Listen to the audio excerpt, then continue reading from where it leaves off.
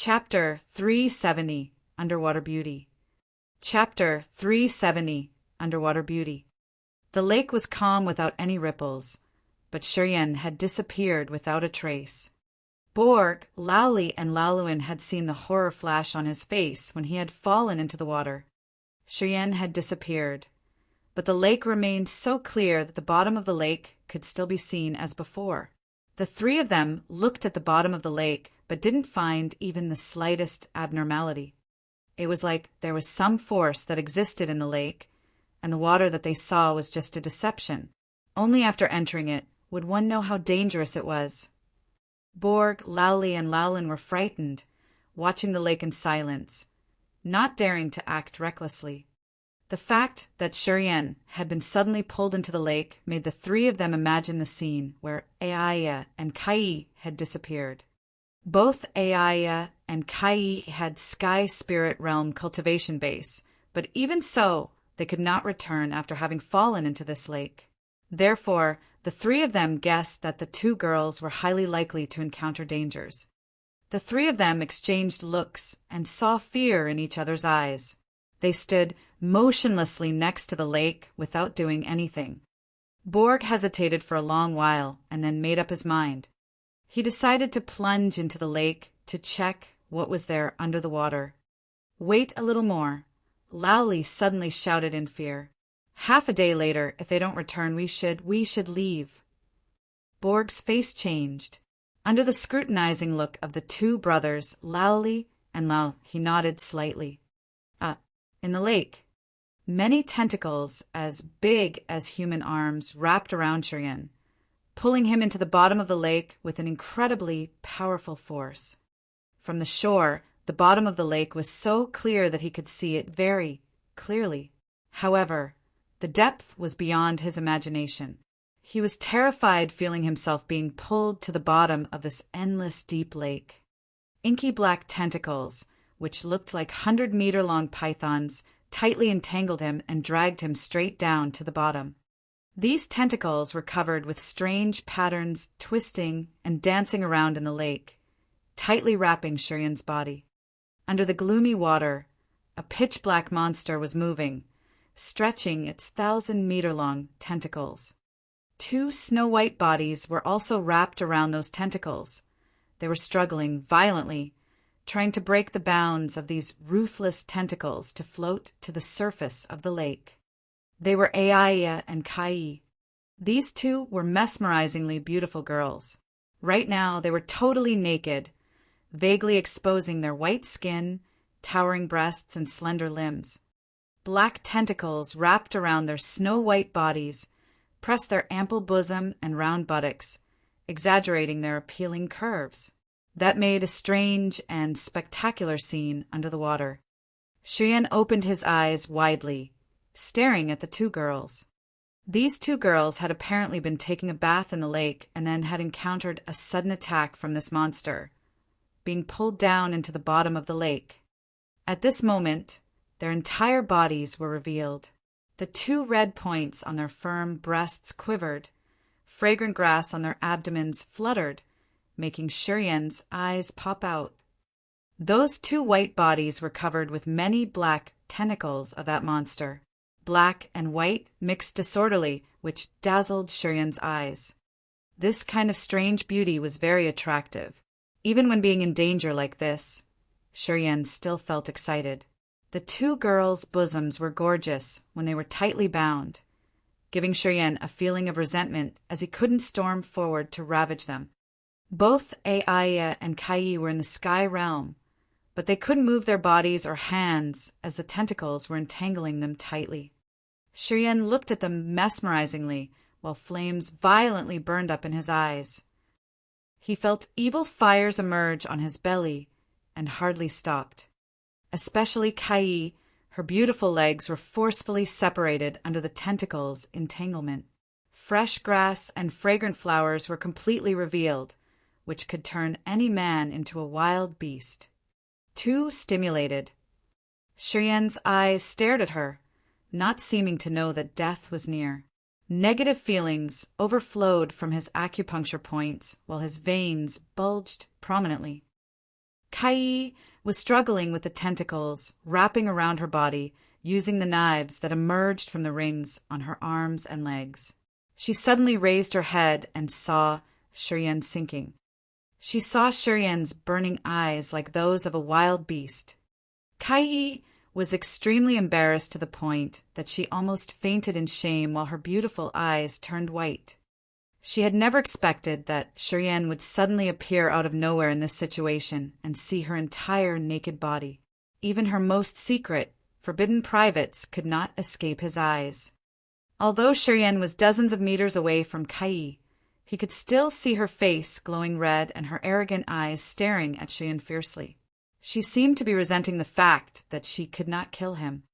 Under her furious gaze, Shiryen seemed to wake from the influence of the negative feelings while his eyes slowly calmed down. He then put the concentration on the monster below. It was a strange octopus as big as a mountain. This octopus was as black as ink, had countless tentacles, and a big, blood pool mouth full of fangs. Its green-gray eyes flashed up with horrifying lights. Shiryen had never seen this kind of monster before, so he didn't know which level it was. However, if it could entangle Aaya and Kai like this, it was not just a 6th-level beast. As this giant monster had numerous tentacles and was also familiar with the environment at the bottom of the lake, it could comfortably cast out all its strength.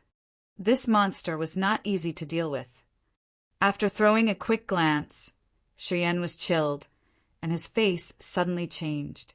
He started to struggle, wanting to get rid of these ruthless tentacles.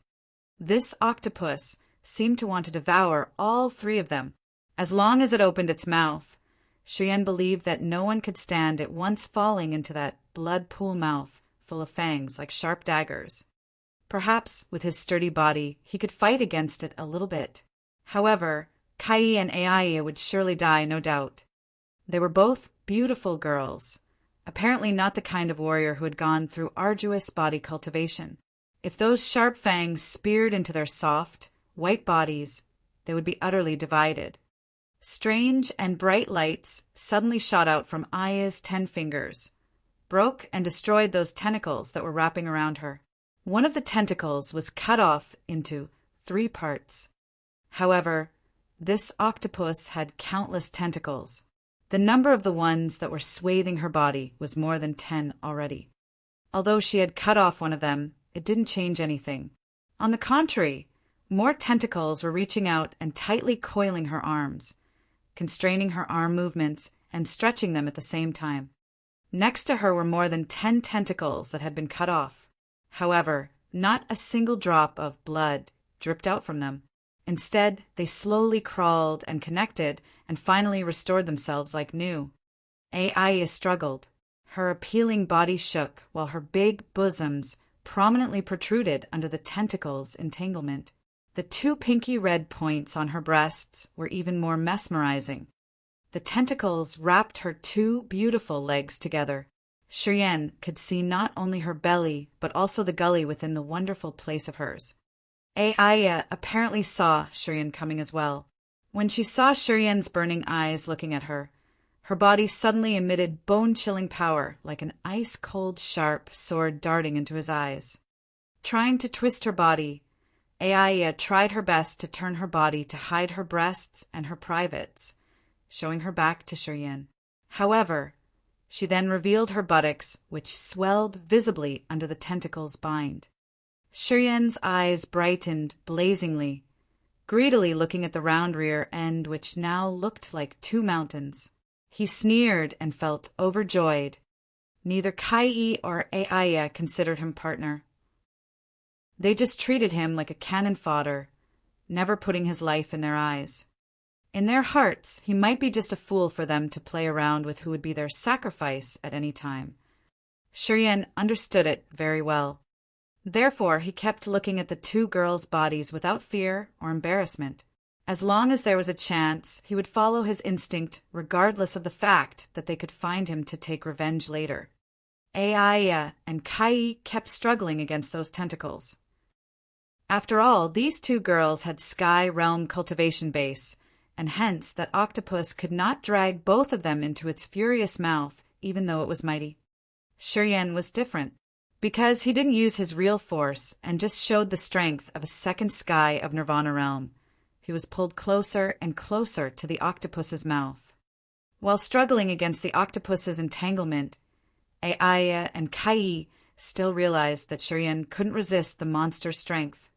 However, these two girls didn't reveal even the slightest mercy. They seemed to be glad when seeing the octopus be about to devour Shiryan. Shiryan had seen their privates, which made both of them extremely embarrassed. They resented not killing Shiryan earlier, as only his death could help them forget this shame and consider that it had never happened before. Although his body was being dragged along, Shiryan still raised his head, sharply looking at the two girls, realizing the evil feeling in their eyes. He sneered inside his heart. When he was about 10 meters away from the octopus, his eyes chilled up while he started to trigger his hidden strength. Chapter 371, Bursting Attack. Chapter 371, Bursting Attack. His mind was slightly triggered as 720 acupuncture points in his body suddenly became tense, while raging negative force abruptly flowed out from his acupuncture points. The first sky of rampage. Feeling the horrendous negative power overflowing, Shiryan's body muscles suddenly became taut. A tremendous strength spewed out from his shaking muscle fibers. In just a blink, Shiryan's force had soared several times. The inky black tentacles daringly rushed toward him, entangled him, and pulled him straight to that weird octopus's huge, dark mouth with skyrocketing force. However, his sinking body suddenly stopped at the bottom of the lake. No matter how much strength that octopus was using, Shiryan was like a 10,000-year stagnant rock under the water, impossible to move.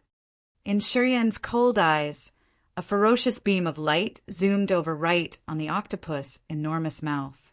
He slowly concentrated his mighty power inside his body, not taking actions hastily, only staring at the octopus's huge mouth. It looked like he was hesitating. 10 zhang above his head. A trace of surprise appeared in Aya's and Sai's eyes. They looked at Shiryan full of suspicion, not knowing why his sinking body had suddenly stopped. They both had the Sky Realm cultivation base, and their full powers were considered to be equivalent to that of the octopus. Meanwhile, Shiryan only had the second sky of Nirvana realm. How could he have such tremendous strength? Naina and Kai blankly looked at Shiryan, who was now motionless near the octopus's mouth. Their faces were filled with shock and doubt. The two of them would never believe that Shiryan, who was only in the second sky of Nirvana realm, could have the strength that was comparable to theirs. While the two girls were still puzzled, his body slowly sank again. Fear in their eyes seemed to fade away. They secretly let out a sigh of relief and felt that Shiryan's earlier abnormality might be just because of the octopus's adjustment. After it had adjusted, everything returned to normal. The octopus was indeed adjusting itself. This monster was surprisingly wise. Every one of its tentacles was very abnormally sensitive. As soon as Shiryan's hidden strength had burst out, it immediately felt the aggressive power from Shiryan's body. This vigorous strength of his clearly surpassed those of Aya and Kai. Hence, as the octopus could feel something wrong, it then concentrated more of its power on Shiryan's body to reinforce the power of its tentacles and bind Shiryan more tightly in order to strangle him to death first. Originally, the octopus had wanted to increase its power on Aya and Kai, but it then retrieved that part of its power back and transferred it along those black tentacles all the way to Shiryan. Shiryan was immediately aware of the entanglement of those tentacles all over his body. With his unchanged face, Shiryan sneered coldly and calculated a plan. Not only did he not struggle tenaciously, but he also suspended a burst of his strength. Under the pull of those tentacles, his body slowly sank to the octopus's mouth. At this time, he couldn't help but look at Aya and Kai above his head, seeing them let out a sigh of relief. "They want me to die?" The resentment in his heart got deeper as he was calculating discreetly. The distance from the octopus' huge, gloomy mouth was getting closer and closer. The two girls, Aya and Kai, seemed to relax a little bit when seeing the octopus about to swallow him into its belly. The beauty of their privates couldn't escape Shurian's sharp eyes. There were not any secret places on their bodies that Shurian didn't know. Everything had been revealed in front of his eyes. As for Aya and Kai, the fact that a stranger had seen their graceful bodies was unacceptable. Even if the octopus couldn't kill Shurian, they would keep the idea of killing him and destroy him afterward. Otherwise, Shurian's existence would be a knot that never dissolved in their hearts that could probably affect their state of mind in the future as well as their realm breakthroughs. The two girls happily watched Shurian's imminent death and secretly planned that when the octopus was busy devouring Shurian, they would take this chance to escape the lake. With that thought, Aya and Kai paid more attention to Shurian's every move. Their beautiful eyes were glued to Shurian's body without a blink, watching him moving closer to the octopus's huge mouth and quietly waiting for their opportunity. Shurian's eyes were as cold as ice, the corner of his mouth curved up, displaying his ruthlessness. He stopped looking at Aya and Kai above his head, but stared at the octopus's enormous mouth, which was coming closer and closer. He could even smell the stink from its mouth. Fierce, sword-like fangs flashed up with terrifying, chilling lights. Those fangs contained poison and the stench from the octopus's mouth, which also had powerful toxins, violently struck his nostrils. Ordinary people, once they fell into that mouth, would be paralyzed by the toxins and become flabby. Then the octopus would take the opportunity to crush and devour them. Shurian sneered coldly inside his heart while looking at that huge mouth and was secretly on alert and well prepared. When he was around 5 meters away, the octopus's mouth opened, showing dense fangs that looked like 2 rows of wind blades, waiting for him to enter. Shurian was still resisting the tentacles with all of his strength. However, his body suddenly loosened. Shurian's resistance abruptly disappeared. Thus, under the tentacle's aggressive pull, his body darted out like an arrow and instantly went into its giant mouth. The octopus's tentacles, wrapping around Shurian, instantly let go right at the moment he fell into the stinky mouth. At the same time, the octopus immediately closed his mouth, ready to push the venom into Shurian and chew him. Aya's and Sai's countenance enlightened when the giant mouth of the octopus closed. They started to put forth their strength and use all of their techniques as well as secret treasures to get out of the tentacles. Many beams of light bloomed out from the two girls' graceful bodies and instantly cut off those tentacles, which were aggressively wrapping around them. However, more and more tentacles quickly flew over from below and bound the two of them again. Aya and Kai gritted their teeth, urging all kinds of techniques and Upanishads to the most, while strange lights continuously flashed up around them. A terrifying bunch of lights flew next to the two girls' white bodies, continually resisting the octopus's tentacles. Their strength had been drained. Shurian was inside the huge mouth of the octopus, feeling the stench right up his nose. The viscid venom dripped down from the roof of the mouth, watering his entire body. He released the star shield. Inside that giant mouth, starlight dazzlingly sparked and was as thin as a mite's wing. The starlight kept flickering nonstop, giving people an unpredictable kind of a mystery, as if heaven and earth were hidden in those flashing star points of light. In the lake, when the octopus's big black tentacles had been wrapping around him, which were an aggressive, mighty, pulling force and filled with demonic power, it affected his ability to run his full strength. It was precisely because of this he, together with Aya and Kai, could not display a defensive shield of light similar to this star shield. When he fell into the octopus's giant mouth, the tentacles were immediately retracted. At the same time, he instantly opened the star shield which he had prepared earlier, protecting his whole body before more of its venom covered his body. As soon as the star shield had formed, Cheyenne slightly relaxed a little bit as he watched the starlight sizzle when the venom fell on it, releasing a thin mist of smoke. Cheyenne's face was solemn. The venom inside the octopus's mouth was unexpectedly toxic. Even the essential power of the star shield was dissolving slowly with each drop of venom that dripped down. Before the tentacles let go of him, his body had inevitably been stained with some viscid venom. Inside the star shield, he saw the star shield fuming under the effect of the venom. He then watched the stained venom slowly making his skin decay. Cheyenne couldn't help but frown. A mist of smoke also rose from the skin that had been exposed to the venom. The octopus's venom was amazingly corrosive and was fighting with his two great martial spirits. The venom corroded his skin and flesh, making many wounds. The corrosion of the venom was blocked by a peculiar power inside his muscle fibers. After a short while, the venom disappeared without a trace. Actually, his muscle fibers had infiltrated the venom and dissolved all of it. Inside the star shield, Cheyenne chuckled while looking at the roof of the disgusting mouth, dripping down venomous drops. Feeling this enormous mouth filled with mighty powers, seeing sharp fangs like wind blades approaching quickly, his peculiar strength flowed out, and his body trembled slightly. Cheyenne finally took action. A fist with power that could ram mountains. A punch struck the wall of the octopus's mouth. His strike had caused a huge blood hole on the thick, dark red wall of the monster's mouth. The octopus screamed out loud.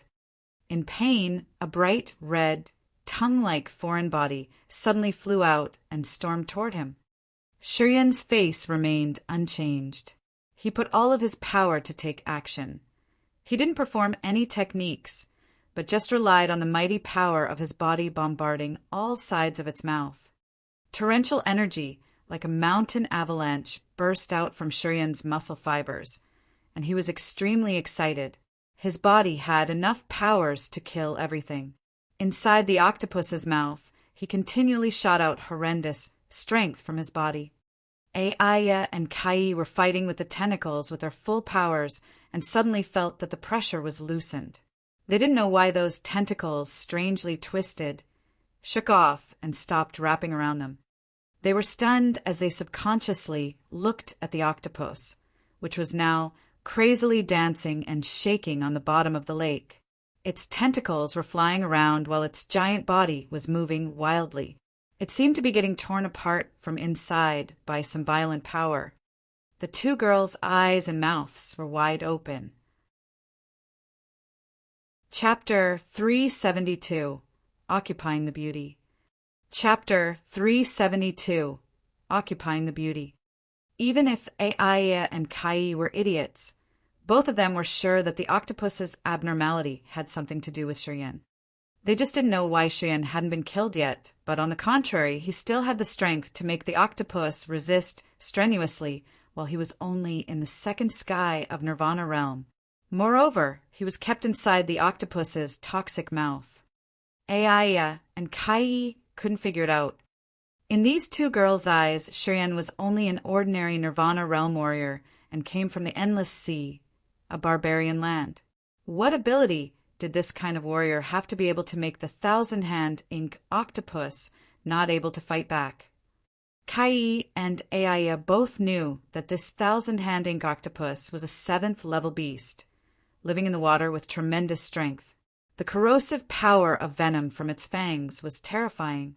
Moreover, thousand-hand ink octopus's tentacles all connected to its monstrous original power, and thus, once someone got entangled by those tentacles, one's defensive force was hardly performed.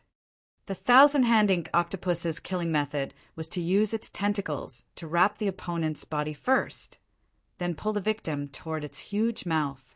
Once the venom from its mouth touched the warrior, he would immediately weaken, and his skin and flesh would quickly be corroded. When the warrior's body was rotten and exhausted, the octopus just needed to use its fangs to tear it apart. None of the warriors in this situation could withstand it, and they soon became a blood clot and were swallowed down into its abdomen. Kai and Aya also wondered about their cultivation base level. once falling into that octopus's mouth, if they weren't able to activate their defense light shield either, and thus they would be rotted by the stinky venom and torn down into pieces. That was why they had to struggle harder and emit their full power to resist the pulling force of the thousand-hand ink octopus. They didn't dare to let themselves fall into that huge mouth. Therefore, when Shiryan had fallen into the toxic mouth of the thousand-hand ink octopus, they had been certain that he would have died and that there was no chance for him to escape death. However, at this moment, the octopus was dancing crazily, which was obviously a masterpiece by Shiryan. Shiryan apparently wasn't dead, but instead he was continuously taking action inside the thousand-hand ink octopus's mouth, making it endure pain. Aia and Kai, on one hand, were struggling to get rid of the tentacles wrapping them.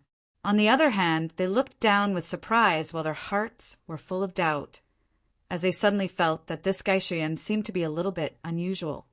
However, at this time, horrifying demonic power abruptly flowed out from the thousand-hand ink octopus's tentacles. It was aggressively moving its body, as if its countless crazy counterattacks were finally coming. Aia and Kai understood this thousand-hand ink octopus's habits, as well as its attacking method. They knew that when thousand-hand ink octopus was about to die, its demonic power would burst out through its tentacles, ruthlessly entangling creatures to death. After having used a big amount of demonic power, thousand-hand ink octopus was greatly exhausted. If it weren't this critical, dangerous time, thousand-hand ink octopus would not have done so. Kai and Aia wore a frightened look, feeling the force of the tentacles around them. Their countenance finally changed.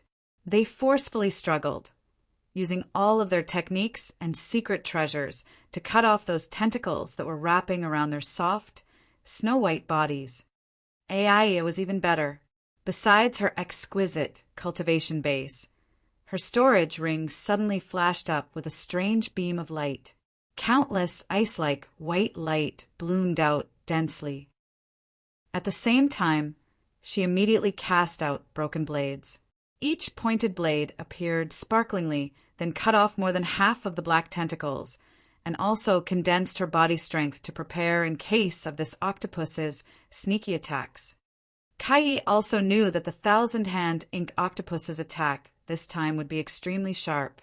She knew that it was impossible to cut off a majority of the tentacles in such a short time. Boom, boom, boom. The tremendous power, like a mountain avalanche, broke out from the two girls' bodies. The tentacles that were wrapping around them burst out all of a sudden. Torrential, demonic power crazily stormed toward their graceful bodies, seemingly wanting to destroy their defensive forces. See, Aia and Kai spurted out a mouthful of blood simultaneously. The light in their eyes dimmed. Their snow-white bodies were stained blood that burst out from the thousand-hand ink octopus's tentacles. Aia spewed out a mouthful of blood and instantly saw other tentacles spreading over from the bottom, twisting, and once again wrapping her up. This thousand-hand ink octopus apparently hadn't given up yet. It was about to destroy all the creatures in the water. Her face changed again and again. She fearfully looked at the crazy octopus and, without overthinking, put forth all of her strength to fly up to the surface of the lake like a beam of light piercing through layer upon layer of the lake illusion, quickly getting out of this peculiar lake. Kai also spurted out a mouthful of blood, while her power, as well as her profound chi, seemed to be reacting a little chaotically. Before she could organize her forces, the thousand-hand ink octopus's tentacles had already spread toward her body again. It didn't let her flee, and once again bound her snow-white body. Another intimidating, demonic power burst out. The thousand-hand ink octopus's tentacles on her body blasted. Raging, demonic power rushed forward, destroying her defensive forces, instantly making her unconscious. Tsai's soft, white body was drifting in the water, slowly sinking, no longer able to fight against the thousand-hand ink octopus's tentacles. At this moment, Thousand-Hand Ink Octopus was growling and screeching crazily in the lake. Sharp, weird sounds came up and spread in the water. The lake suddenly boiled up with huge bubbles. That Thousand-Hand Ink Octopus wiggled its body even more crazily, but quickly weakened. Many blood holes suddenly appeared in its strange head. When those blood holes broke, the water instantly poured in and filled its brain. The Thousand-Hand Ink Octopus was gradually exhausted, although it still wanted to gather its strength. Its black tentacles hovered around without any power. Shurian was in the Thousand-Hand Ink Octopus's brain, continually releasing his violent body strength. Under the first sky of rampage, and with the help of the hidden strange power inside his muscles, he transported his profound chi and launched powerful blows without using any of his techniques. The brain of this Thien Thursday Mac Chuanggo was smashed down and splashed everywhere. As the brain was destroyed, even if the Thousand-Hand Ink Octopus was very dangerous, it hardly blocked Shurian's violent attacks. It gradually no longer resisted and slowly began to sink. Inside the crushed brain, Shurian continued destroying everything wantonly like a brutal beast. His hands and feet stirred up this brain with immense force. A fist-sized demon, Crystal, gradually emerged at a corner of that crumbled brain, flashing up with strange black lights. Shurian burst into laughter. One of his hands clenched the demon Crystal tightly while he was activating the negative forces which were used for the Death Seal's condensation to take out the demon Crystal from the site. A destructive power was launched, and the octopus's life was completely ended by his strike. It no longer had taken a breath, and thus the sinking speed quickened.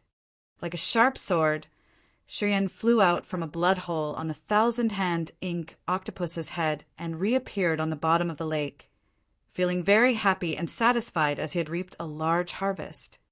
A 7th-level demon crystal was extremely precious in the dark, magnetic, noxious mist. With this demon crystal, even if his profound chi had been consumed entirely, he could completely restore it. After the demon crystal fell into the storage ring, Shurian quietly suspended in the water, watching that Thousand-Hand Ink Octopus slowly sink to the bottom of the lake with a cheerful face. A slender, snow-white body suddenly appeared in front of his eyes. He raised his head up and realized that Kai was totally naked with a pale face and was gradually sinking to the bottom of the lake. Shurian stared at Kai with a cold face, revealed a chilling sneer at the corner of his mouth, and quickly zoomed over to her like a fish. Looking at her graceful body, her firm, big breasts, her small, boneless waist, her plump thighs and long limbs, Shurian chuckled slightly. He then moved forward, stretched his arms out, grabbing her, feeling the warmth from her body and the chaotic forces inside it. After a quick check, he knew that Kai was just unconscious temporarily. A long while later, when her strength was restored, she would wake up again. Holding her breathtaking body, Shurian sneered while one of his hands bluntly moved around on her soft, white body. After playing with Tsai's beautiful breasts, her waist, her long legs, and her round rear end for a while, Shurian slowly swam toward the cliff in the lake. After having dug out a cave quite easily, he held Kei and went inside it. He retrieved the star shield and released the dark shield. The defensive dark shield relied on profound chi instead of the star power. As soon as the dark shield was taken out, the water of the lake was stopped outside the shield, and he and Kai stayed together inside it. Sitting inside the wet cave, Shurian held Tsai's mesmerizing, snow-white body on his thighs, looking at her with dazed eyes. His two hands bluntly moved on her body, which drove countless males crazy, felt her smooth, white skin and her big, firm breasts. Although Shurian had some evil intent in his mind, he was not that uncontrollable. On the contrary, he frowned and considered how to handle this beautiful girl. Shurian's big hands moved around while his face became cold, his eyes became chilled. Not long after that, he sneered coldly and was ready to violate her. However, at this moment, strange power ran all over his body. Meanwhile, the purification of the 3 dead warriors' auras had finally finished in his acupuncture points. The strange power suddenly overflowed like powerful snakes, converging into the profound halo on his abdomen. After an exhausting fight with a 1,000-hand ink octopus, Shiryan had consumed a large amount of his profound qi. However, during a short time of restoration, under that mysterious, strange power, his profound qi increased slightly. Shiryan's body was agitated. He immediately closed his eyes, felt the transformation of the profound qi halo, immersing his mind into that marvelous, ancient, profound qi tree. At this time, Kai was still unconscious. However, her eyelashes shivered slightly. It seemed she was about to wake up. Chapter 373, Punishment. Chapter 373, Punishment. Mysterious power moved toward and penetrated the ancient profound qi tree, which contained vigorous forces, making it sparkling and crystal clear. Shiryan closed his eyes, feeling the changes of the ancient profound qi tree. He was joyful as he knew that with his vigorous profound qi, together with the comprehension of his state of mind, he could break through the 3rd sky of Nirvana realm, making him one step further. Entering the dark, magnetic, noxious mist this time, his main purpose was to temper himself with the fastest speed to enhance his cultivation base. When he returned to the Endless Sea later, he would take revenge on the demon tribes and those forces which had wanted to obliterate him. Linda's and Xia Shenchuan's deaths had made him quickly realize that only having a mighty strength could facilitate him in doing whatever he wanted in this world instead of being someone else's stepping stone. The transformation of the profound halo made him very happy as he was one step closer to his goal. At this time, the chaotic power in Tsai's body gradually calmed down and regained its normal state. Her eyelashes flickered slightly.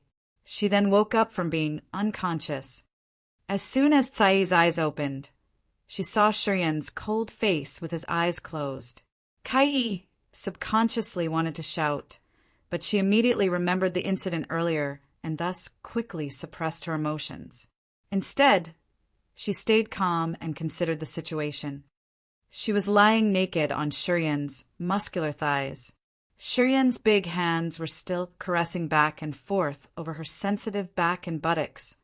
While Shiryan's hands were moving, Kai could feel an electric current zooming over her back, making her feel shameful, like she had never been so humiliated in her life.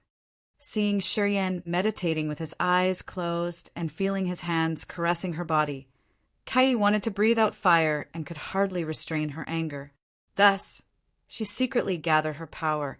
Then suddenly her jade-like pair of arms went straight for Shiryan's chest. Disintegration variation. Kai let out a shout. The halos with yellow and red colors flowed out from the center of her palms. The 2 strange lights burst out, forming a robust power that darted straight to Shiryan's chest. His powerful strength burst out from his chest. Hundreds of different red and yellow lights instantly penetrated Shiryan's chest as if they wanted to tear his lungs and heart apart. Boom! An explosive sound came up. Shiryan's back hit the hard stone wall with a thud, making rubble fall everywhere. This incident caused the stone cave to burst open. A block of stone from above his head fell hard. Kai took this chance to take action like a female beast with resentful eyes. Many rings from her snow-white arm flew out instantly. She looked like she wanted to annihilate him for good. While experiencing and observing the mutation of the ancient profound qi tree, Shiryan was suddenly ambushed by Kai, which caused pain on his chest. The strange power inside the muscle fibers on his chest thus burst out, and his petrifaction martial spirit reached its supreme. At the moment when Kai launched her violent attack, Shiryan's skin became purple, and his extremely strong defensive force had blocked her strike. Hundreds of yellow and red powers flowed into Shiryan's chest and were instantly entangled by the mysterious power in his muscle fibers. Those yellow and red powers could not penetrate the strong muscles on his chest to crush his heart and lungs. Shurian's body shook violently. He suddenly woke up and threw a cold glance at Kai. He suddenly sneered and didn't care about Sai's next attack. Instead, he urged the electric shift and fiercely jumped on Sai's body. Boom! Kai stood up and swung her snow-white arm, and the rings on her arm strongly clinked together. Before she could launch her next attack, Shurian had already knocked her out to the lake. Shurian sneered with a cold face as he rushed out and moved next to Kai, who had just fallen into the water. He stretched his left hand, grabbing her snow-white neck, while the other hand held her body and then brought her back into the stone cave. Shurian's counterattack was exceptionally ferocious. His violent force burst out from his muscle fibers. After the petrifaction martial spirit had reached its supreme state, his body became the most horrible of weapons. He didn't even need to transport his profound chi. He just relied on the bursting force of his sturdy body to deal with Sai's attacks. When Kai had been under the water, she had been severely injured by the thousand-hand ink octopus, and her profound chi had been consumed. Thus, together with being unconscious earlier, her strength had been reduced significantly. Moreover, she was not good at hand-to-hand combat, and thus, launching a sneak attack on Shurian in that small stone cave was not a smart move. With her white neck being buckled in Shurian's left hand, Sai's eyes were full of fear. She wanted to scream out loud, but realized that her throat was being blocked, and she couldn't let out a single sound. Just like that, with Shurian's hand strangling her neck, Sai's heart quickly sank. A terrible burst of power transmitted from his left arm which frightened her mind. She knew that if she made another move, Shurian would clench his fingers tightly, crushing her neck. Therefore, Kai was in shock as she watched Shurian in silence. She didn't dare to make the slightest move while the rings on her arm continued to tremble and finally subsided without acting recklessly. Shurian carried her and sat down again in the stone cave. His eyes burned, staring at her mesmerizing, beautiful naked body. The corner of his mouth moved slightly, a trace of lust glimmering in his eyes. Kai was panicked. Her beautiful eyes looked at Shurian sharply, as she didn't know what he wanted to do. Shurian didn't say a word. His hand held her neck, carrying her up into the air. He coldly looked at her and considered thoughtfully. He originally wanted to use a ruthless whack on Kai, killing her to steal the demon crystal in her storage ring. After that, he would leave this lake and meet the other people of Aiaya, Borg, and the two brothers Lowly. However, he thought over it again. Right now, as his profound chi had already recovered and reached its supreme, if he killed Ki, he could have some mysterious power to add to his martial arts, but not much, and thus killing her was somehow a waste. In addition, if Kai died in the lake while he was able to get out of the lake alive, the other people would guess his true ability and thus would consider him an enemy and be aware of him much more than before. A 7th-level demon crystal was exceptionally precious in their eyes. If Kai died, he would become their target.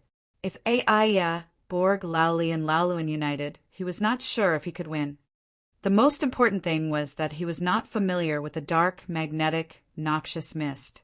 He still wanted to borrow these people's abilities to discover more of its mysteries. Thus, before he understood everything about this dark, magnetic, noxious mist, he didn't want these 4 people turning their backs on him. If Kai didn't die or was under his control, he could still hide his true strength. By putting Thien, Thursday Mac, Chuang Ngues's death on Sai's hands, he could have Kai restrain Aiaya and know more about the dark, magnetic, noxious mist's mysteries and the Divine Land situation through Kai. With that thought, Shurian finally had his calculation. His cold eyes and Sai's horrified eyes met. Shurian let out a low shout, and the third eye inside the sea of consciousness of his host soul opened. A beam of light flashed up. He then poured his soul consciousness into this beam of light and carefully instructed it to infiltrate Sai's head. Let go of your sea of consciousness, or else I will kill you. Shiryan coldly looked at Kai and intimidated her. Kai was terrified at heart, her beautiful eyes filled with fear. She kept shaking her head as she wanted to refuse. If you refuse, I will kill you. But if you accept, I will only leave a mark on your host's soul. As long as you obey me from now until my business in this dark, magnetic, noxious mist ends, I will remove this soul barrier for you. Shiryan was like a devil using both intimidation and enticement at the same time. At this moment, Kai looked at Shiryan with deep fear inside her heart. She finally understood that Shiryan, whom she hadn't even laid her eyes on before, was the most thoughtful one in the group. He had hidden his true strength and had evil ambition without any human emotions from the beginning. Right now, she could only see Shiryan's brutal face, but didn't think that she had been involved in his calculation from the beginning. She could only remember that she was resentful the 1,000-hand ink octopus hadn't killed him when they were under the water, and she had also tried to take his life earlier. Just remembering someone else's fierceness, but finding it impossible to see one's own wickedness was common in the human world, and Kai was not an exception. I'll count to 3. 1, 2. Shiryan's face looked cold and cruel, showing a trace of impatience. He started to count without waiting for Kai to respond.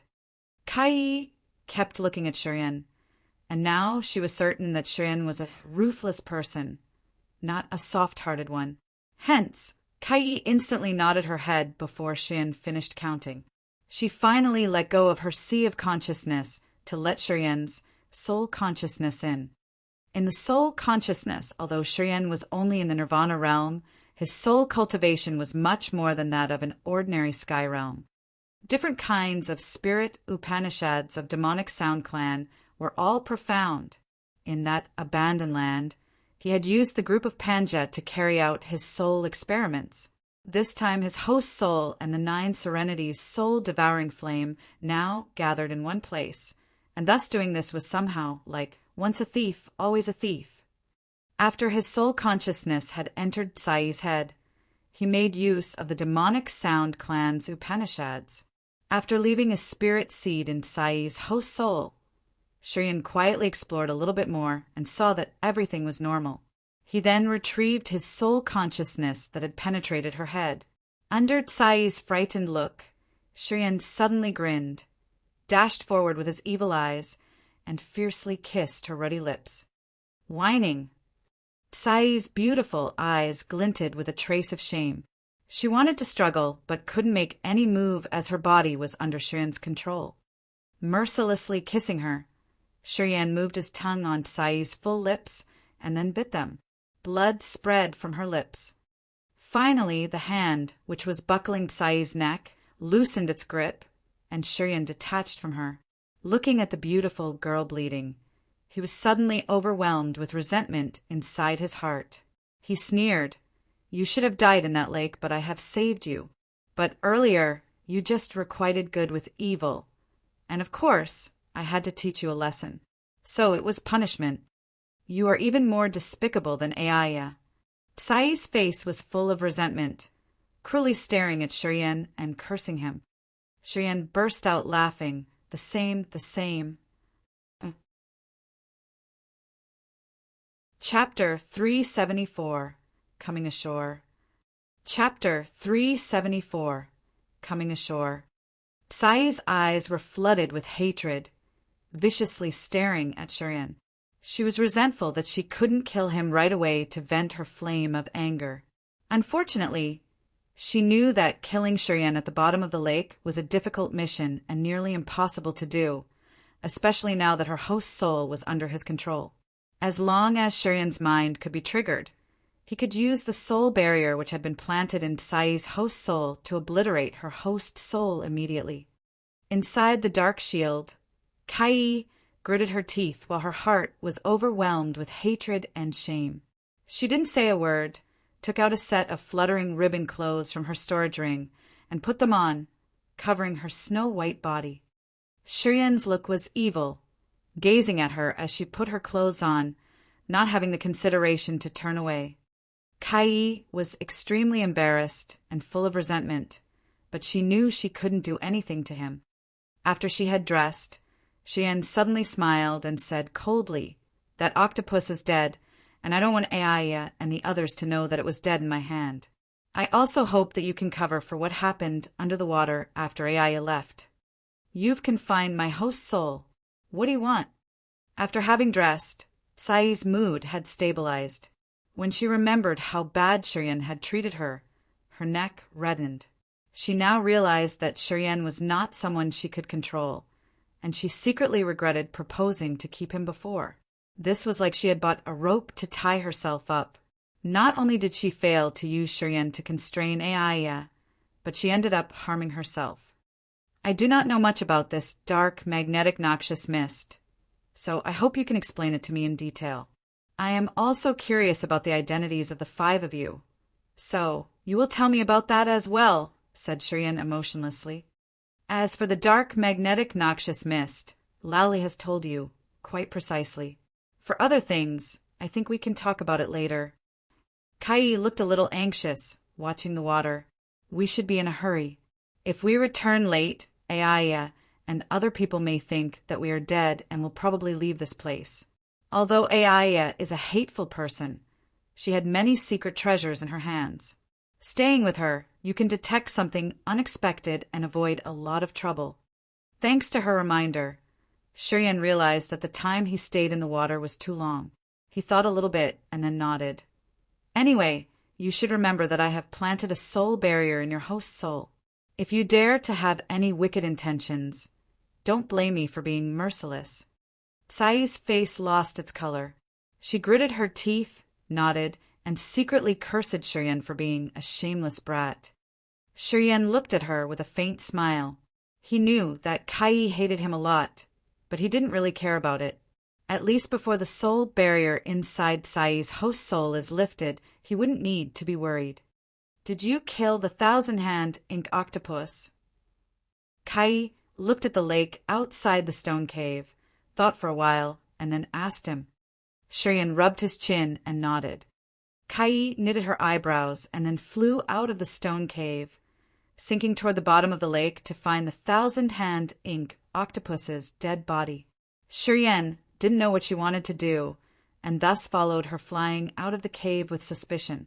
He suspended in the water, frowning and looking at her. Kai dove all the way to the bottom of the lake.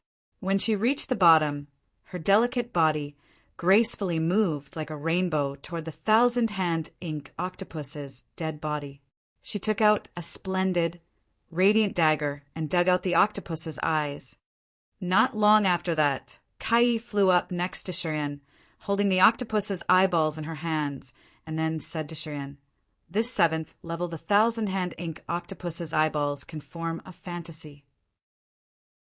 We couldn't see the real scene under the water before due to the effect of these eyeballs. You have got the demon crystal, so these eyeballs belong to me. Are you okay with this? You just take them, nodded Cheyenne.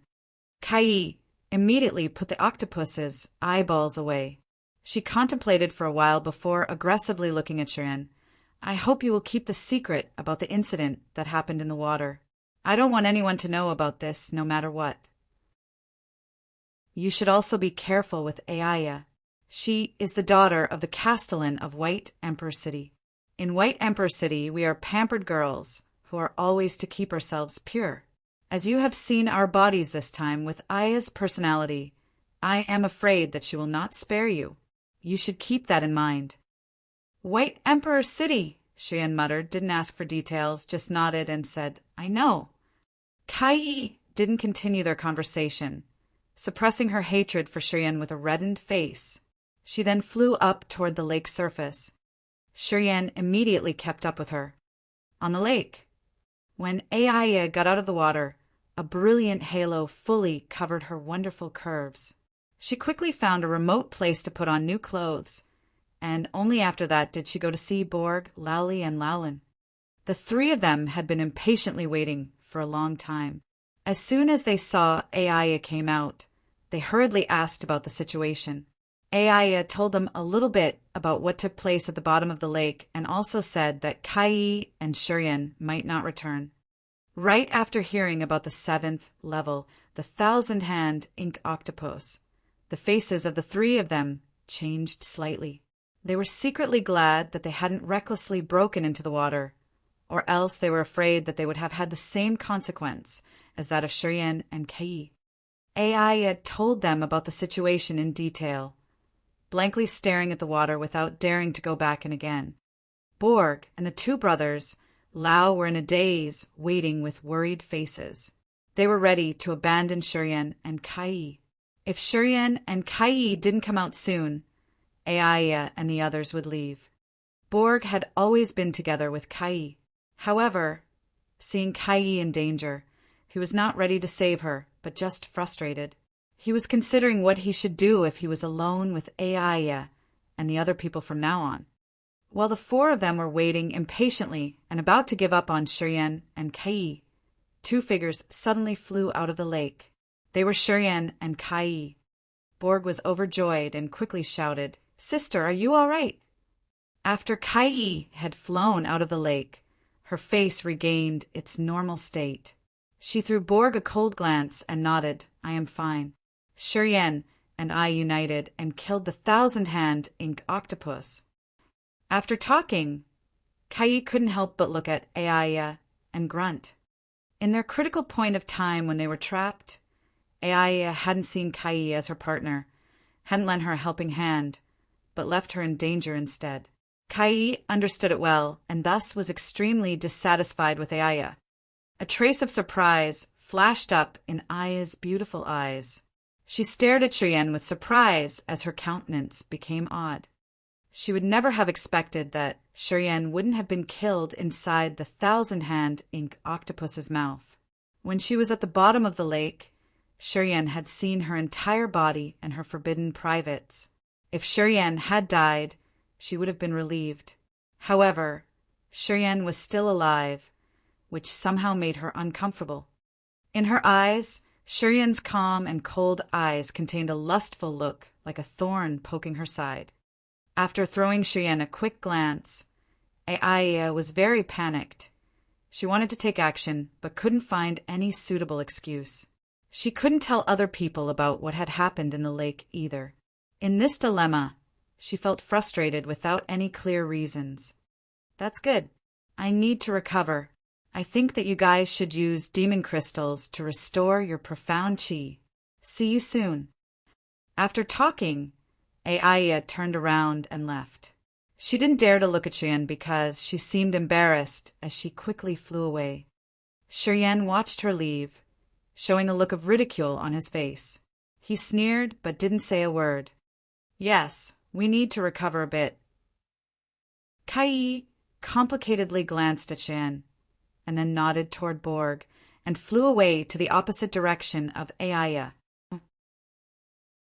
Borg hurriedly caught up with her.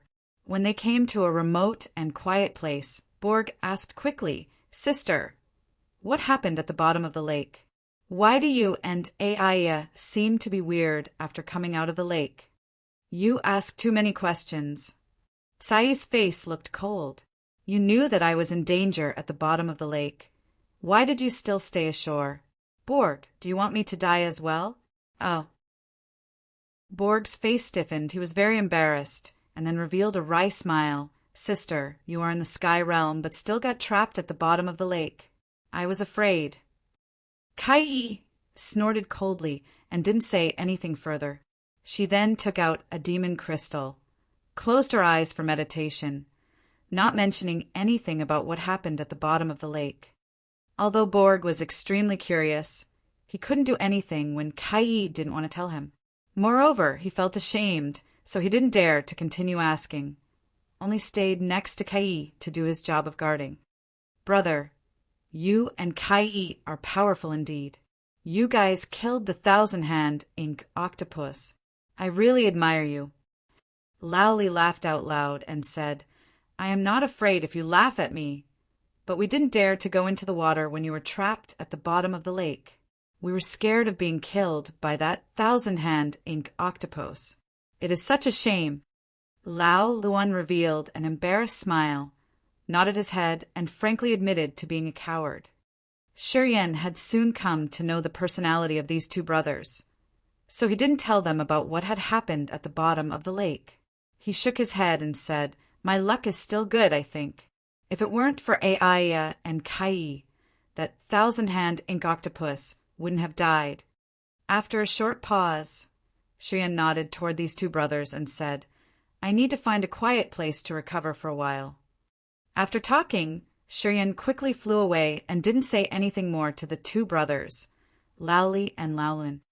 Shiryan went to the same place as before, lazily leaning against an ancient tree, quietly feeling the changes in his body.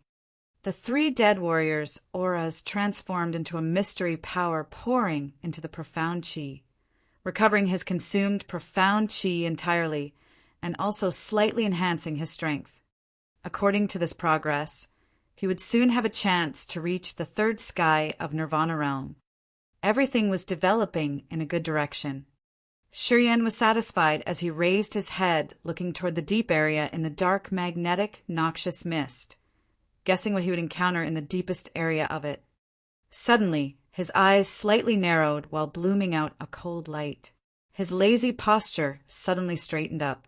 An imposing and violent momentum flowed out from his whole body. A shadow quickly approached from the distance. Her clothes fluttered, making her look like a frosty crystal flower in the cold snow. She was Aaya. Aaya was emotionless with an indifferent look. She gently flew over like a slender willow. Shiryan's face didn't change. He felt cold at heart, but was secretly on alert and ready for war. Chapter 375, The Hunter.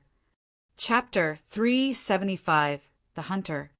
Shiryan soon found out that Aaya was a ruthless person and no better than Kai. At the bottom of the lake, when he had been sinking toward the octopus's mouth, he had clearly seen Aaya let out a sigh of relief. Before leaving the lake, Kai had also reminded him to be careful with Aaya. She had told him that Aaya was the daughter of the master of White Emperor City, very arrogant and crystal pure. As he had seen her naked body, she certainly would want to kill him. Therefore, seeing Aaya suddenly approach, Shiryan secretly stayed alert and was ready to deal with Aya's attack. Wearing a cold face and fluttering clothes, Aaya quickly flew over and stood in front of him. Shiryan's face remained unchanged. He indifferently looked at her, but was secretly well prepared and grinned. "Didn't you go to find a quiet place for meditation?" Aya's beautiful eyes intensely looked at Shiryan, and she didn't hurry to answer. Her beautiful eyes flashed up with countless points of light, wanting to see through all Shiryan's secrets. A faint smile hung on Shiryan's face. He calmly confronted her, not revealing any trace of fear, as if nothing had ever happened at the bottom of the lake. Aaya stared at Shiryan for a while, and then gently nodded and said, "I really want to meditate to restore my profound chi. The thousand-hand ink octopus injured me, and thus I have lost a considerable amount of strength and must meditate immediately. It is just that this place seems to have many abnormalities, and I am now injured and very weak. So, I need someone to guard while I am meditating." Shiryan was startled. He had originally assumed that Aaya came here to kill him so that her heart could release its predicament. Not only could this put her state of mind at ease, but it could also preserve her pure body from being stained by his eyes. He didn't expect that Aaya came here to ask him to guard for her without mentioning the incident at the bottom of the lake as if nothing had ever happened. Although he was suspicious, he didn't reveal it. He just nodded and said, "Okay." Aaya didn't say a word as she sat down in front of Shin. The storage ring on her finger flashed up. Sparkling demon crystals emerged one by one in her jade-like palm. These demon crystals were different in size, and there were total 10 pieces which contained the power that could be absorbed directly. It should be Aya's entire gains during her time here. Her hands held a piece of demon crystal. She seemed to be sure to take that one to restore her profound chi, but then she suddenly looked hesitant.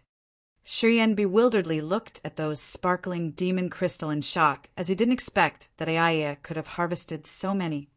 With as many demon crystals gathered in the same place, any warrior in this dark, magnetic, noxious mist would probably be greedy and rob her of these precious crystals. However, for Shiryen, although these demon crystals were precious, they couldn't make him lose his mind. Ayaya held each of those demon crystals and observed them while tightly knitting her eyebrows. Not long after that, she picked a red diamond-shaped demon crystal and put the rest back inside her storage ring. She then told Shiryen, "I am severely injured now. Don't let anyone come close. Otherwise, if I encounter a sneak attack during my meditation, I will not be able to bear it." Shiryen's face slightly changed. His heart stirred a little bit while his body was agitated. He suddenly understood what was happening. It was an explicit enticement. She had taken out all of the demon crystals to engender his greed. She had even told him clearly that she was now injured seriously to make him think about ambushing her. Ayaya apparently wanted to kill him, but couldn't find a suitable excuse. That was why she had used the demon crystals as bait to raise his greed, and thus trying to make him desperate to take this chance when she was meditating. Each demon crystal was a piece of bait. She had even said that she was wounded and afraid of other people coming close, which actually encouraged him to buy into her plan. Shiryen coldly sneered at Heart, figuring out Aya's intention. He secretly cursed her for being deceitful and ruthless. If it weren't because he didn't need demon crystals to restore his profound chi, he would probably have taken the bait. If he decided to take action, he was sure that Ayaya would have told Kai Borg and the two brothers about it and used it as a suitable excuse to kill him. Greedily depriving and killing a companion for demon crystals was an extremely appropriate reason. When Ayaya was meditating, Shiryen was coldly looking at her. He was struggling inside his heart while his eyes kept changing. If he took advantage of when she was meditating to cast out his hidden full strength, perhaps he would be able to kill Ayaya, even though Ayaya had prepared her own calculation toward him. However, the risk was big. If he tried to kill Ayaya with just one blow and failed, they both would get involved in a fight, which would definitely draw the attention of other people. When those people rushed over, he would hardly succeed. Once Ayaya successfully avoided his single strike and was still alive, it would not be easy to try and kill her a second time. While he was quietly considering his gains and losses, Shiryen's eyes kept changing unpredictably. He finally decided to give up. He wanted to keep things going on to see if she had any other tricks up her sleeve. He then stood next to Ayaya, leaned against a tree with a lazy pose, pretending to keep guard for Ayaya. A long while later, with his sole consciousness, Shiryen suddenly realized that something wasn't quite right with Kai. On the other side, Kai secretly wanted to look at the soul barrier in her host's soul, but her body then suddenly shook, her face turned pale, holding her head miserably. "Sister, sister." Borg was panicked. He even assumed that Kai had fallen into a possessed by the devil state and hastily cried, "How are you? Are you okay? How can I help you?" "Damn bastard." Kai secretly cursed Shiryen in her heart, holding her head as she whined in pain for a while. Her beautiful face was full of resentment while her body gradually stopped trembling. She knew that it was Shiryen teaching her a lesson, but he hadn't really hit her soul yet. Otherwise, with this soul barrier, she would not be able to bear even one single blow. "I am all right. There was something wrong with my power, but it is fine again." Kai barely sat straight, didn't dare to continue to peep at the soul barrier. She then used a demon crystal again to restore her profound chi. Not far away, Shiryen revealed a cold smile, raised his head and glanced at Kai. After a long while, Ayaya slowly opened her eyes. The power of the demon crystal in her hand had been absorbed entirely, and it became an ordinary stone. She was a little disappointed, looking at Shiryen, as she silently stood up and said, "I am done. Let's go find Kai and the others." Cheyenne nodded, but coldly sneered in his heart, and kept silent. He clearly saw a trace of disappointment flash up in Naina's eyes. Through those eyes, he figured out that Aiya didn't have a good intention indeed. She had still stayed alert while meditating. If he had a go at her, Aiya would obviously release a full power strike to kill him. Women's hearts are the most ruthless. Cheyenne secretly scolded her, following Aiya while his eyes were stuck on her moving, but and back with an unpredictable look. Aiya suddenly turned around. Her eyes showed her coldness. Cheyenne was startled. His profound chi started to churn up, and a frenzy of power couldn't help but burst out from his body. Aiya looked at him fiercely and said coldly, "You should keep your eyes clean." After saying this, she turned back and continued to fly up. Cheyenne was stunned, shook his head, and slightly smiled, not saying anything more. Kai Borg, together with Laoli and Laolin, soon appeared in front of him. As soon as Kai saw him coming, her beautiful eyes aggressively stared at him, shooting out looks of resentment. Shrugging his shoulders, Cheyenne revealed a faint smile, pretending that there was nothing to talk about. "Should we depart now?" Kai knew that she had the lower hand and tried to restrain her anger. She stopped looking at Cheyenne and then spoke to Aiya. "Let's go." Aiya nodded, looked at the other 4 people Kai Borg and said, "Follow me." After taking out the compass to identify the direction, Aiya led ahead like before and continued to go to the deepest place of the dark, magnetic, noxious mist. A long period had passed. They kept following Aiya, going deeper inside the dark, magnetic, noxious mist. Every time Aiya detected something abnormal, she would instantly let Cheyenne step forward to take the risk, waiting for Cheyenne to be dead in the demon beast's mouths or be killed by other warriors. Cheyenne let her down every time. In all kinds of dangers, he could always turn danger to safety, which he made look like it was because of his great luck and nothing to do with his strength. During this time, Cheyenne and the other 5 people had encountered several flocks of beasts and had harvested some demon crystals through killing them. They had also met other teams of warriors, and both sides had started fighting. In the dark, magnetic, noxious mist, there were no rules at all. Those who were powerful could always plunder demon crystals from the weak. Every time they saw other groups of warriors, the people of Aya's and Tai Wai's group instantly jumped in to kill them without saying a word. They were even more ruthless than the beasts. Cheyenne had still been preserving his strength. His demand of demon crystal was not much. Every time they encountered beasts, he didn't wholeheartedly take action or fight with Aya's group for demon crystals. When confronting warriors, he didn't make it look very strenuous either. Didn't seem to have interest for the storage rings on those warriors' body.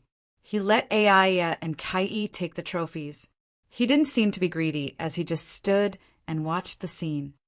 However, by absorbing the auras of those dead warriors, Cheyenne could always refill his profound chi to the max as if he just began, which also helped him progress in breaking through the 3rd sky of Nirvana realm. However, many times after that, the mysterious power didn't flow to the profound chi halo anymore, but burst into the star martial spirits instead. This made Cheyenne realize that the profound chi halo in his body was mighty enough. If he wanted to make progress, it probably would require him to reach the 3rd sky of Nirvana realm. Therefore, he quietly paid attention, considering breaking through the new realm was his main purpose. One day, the group of 6 people, including Cheyenne, was temporarily resting on a suspended bare hill in the dark, magnetic, noxious mist. Suddenly, ear-piercing sounds came up from around the hill. Warriors in gold costumes instantly appeared, grinned, and rushed over to the 6 of them. Along the way there, other warriors had become the prey of Aya's and Sai's group. However, right now, seeing those warriors in gold costumes, the faces of Aiya and others immediately changed as if they were confronted with a pandemic. They quickly got up. Cheyenne frowned as he looked around. His heart felt chilled just after a quick glance, as he was afraid that they would become someone else's prey this time. Chapter 376, Filled with Golden Silk Threads. Chapter 376, Filled with Golden Silk Threads. There were 8 warriors surrounding them. All of them were wearing gold costumes, with a pattern of a palace afloat the golden clouds, which was embroidered on their chest in golden threads. The 8 warriors were all outstanding youths, only around 20 or 30 years old. 3 of them were in the sky realm. The rest were in the 2nd or 3rd sky of Nirvana realm. The leader of these 8 warriors had short, silver hair, each strand of which stood straight up. He looked full of vitality. As soon as this person arrived, he burst into laughter which was echoing and ear-piercing. He looked at Kai and Aya with extremely lustful eyes and an ambiguous face. The remaining 7 warriors lined up, sharply looking at Shurien's group with an unfriendly attitude. Aya's and Sai's beautiful faces slightly changed and were no longer calm as before. Borg was obviously in shock and fear. The faces of the 2 brothers, Laoli and Laolin, looked odd. Their eyes beamed a vague light. They seemed to be considering an escape plan. The overall strength of this group of 8 warriors was much better than that of Shurien's side. Sharp lights spilled out from the eyes of the 3 Sky Realm warriors, who were overwhelmed with an arrogant and relentless momentum that shouldn't be underestimated. When Shurien saw the emergence of these warriors and Aya's and Sai's complexions, he immediately realized that these 8 warriors must come from a mighty force, since Aya and Kai looked like they were encountering a pandemic. He knew that they would certainly have a bitter fight later. Ningze, what do you want? Aya slightly squinted, quietly gathered her strength, coldly looked at that young leader, and said, "The Fighting Union and the Heavenly Palace have never had any conflicts before. As you are now converging on us, you have probably prepared for this war?" "Ha ha ha!" That young leader laughed out loud, as he obviously didn't care about Aya's threat. "If we run into each other in the Divine Land, I naturally would not give you a hard time. However, this place is the dark, magnetic, noxious mist. We come to this place to provoke a fight with all kinds of forces, obviously. Since you guys also come to this place, if you are strong enough, I don't think you would be kind to us either." After having heard that warrior's words, Aya's face darkened. She then said, "Do you really want to pick a fight?" "Not really." Ningze revealed a faint smile as he secretly winked at the other 2 Sky Realm warriors on the sides, exposing a smiling face. "Aya, you are the daughter of the Castellan of White Emperor City. I am also influential in the Heavenly Palace. As long as you promise to marry me, I can spare your life and even join forces with you in this dark, magnetic, noxious mist. How about it?" "Keep dreaming." Aya pouted and expressed a disdainful look. "Are you forcing me to use my strength?" The smile on Ning's face suddenly disappeared, and his eyes became cold. "Aya, although you are noble in White Emperor City, you are nothing in this dark, magnetic, noxious mist. Ha ha ha! If you are not willing to accept my offer, I can only offend you to achieve my purpose." After saying so, Ningze suddenly shouted with a cold smile, "Leave the 2 girls alive.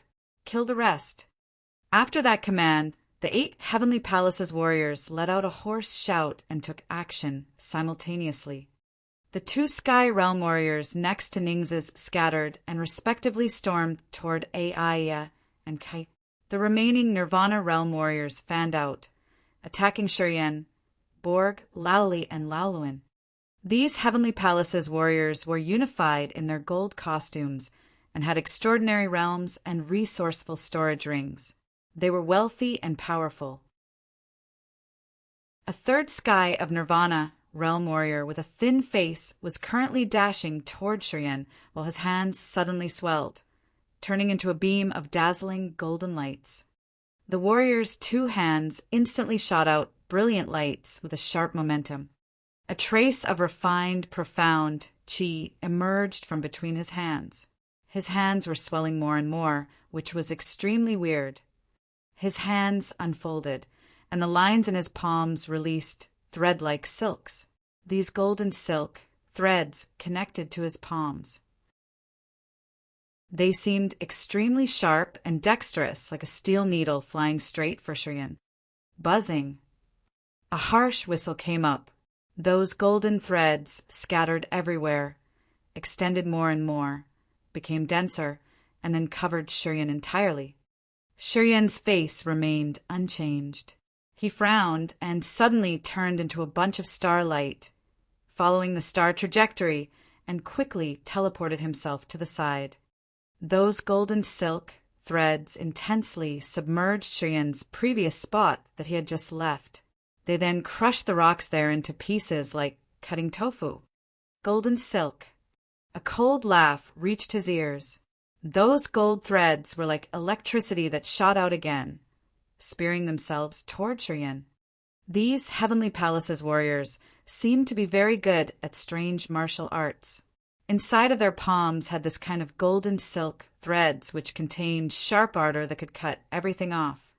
After attentively looking at the others, Shiryan realized that they were afraid of those golden silk threads and didn't dare to let them come close. Seeing those golden threads dashing forward, the people of Aya's group immediately scattered as they were afraid of being pierced by the golden threads. Ningzhe stood motionlessly, not really caring about Shiryan. His lustful eyes fell on Aya's and Sai's bodies. He seemed to be waiting for both of them to be arrested, so he could enjoy pleasures with them. Shiryan didn't know the origin of either the Heavenly Palace or the Fighting Union. However, after having heard the conversation between Aya and Ningzhe, he realized that they belonged to the Divine Land and were very powerful forces. Although Aya and Ningzhe were still very young, they had already reached the Sky Realm. Thus, Shiryan could imagine how powerful their forces were. Golden threads above their heads were extremely flexible and breathtaking, flashing out with harsh, ear-piercing sounds. The warrior who was chasing and attacking Shiryan didn't seem to be worried after he had missed his first shot. He continued, urging his power. The golden silk threads flying out from his palms extended longer and longer with fierce momentum, continuing to chase Shiryan without giving up. There was a trace of a feeble soul on the golden silk threads. The Heavenly Palace's warriors seemed to bind their soul consciousness onto the threads, making them able to lock the target. Regardless of how hard Shiryan tried to avoid them, these threads could always find him again. Those warriors' hands were swollen and constantly released extremely sharp, glittering lights.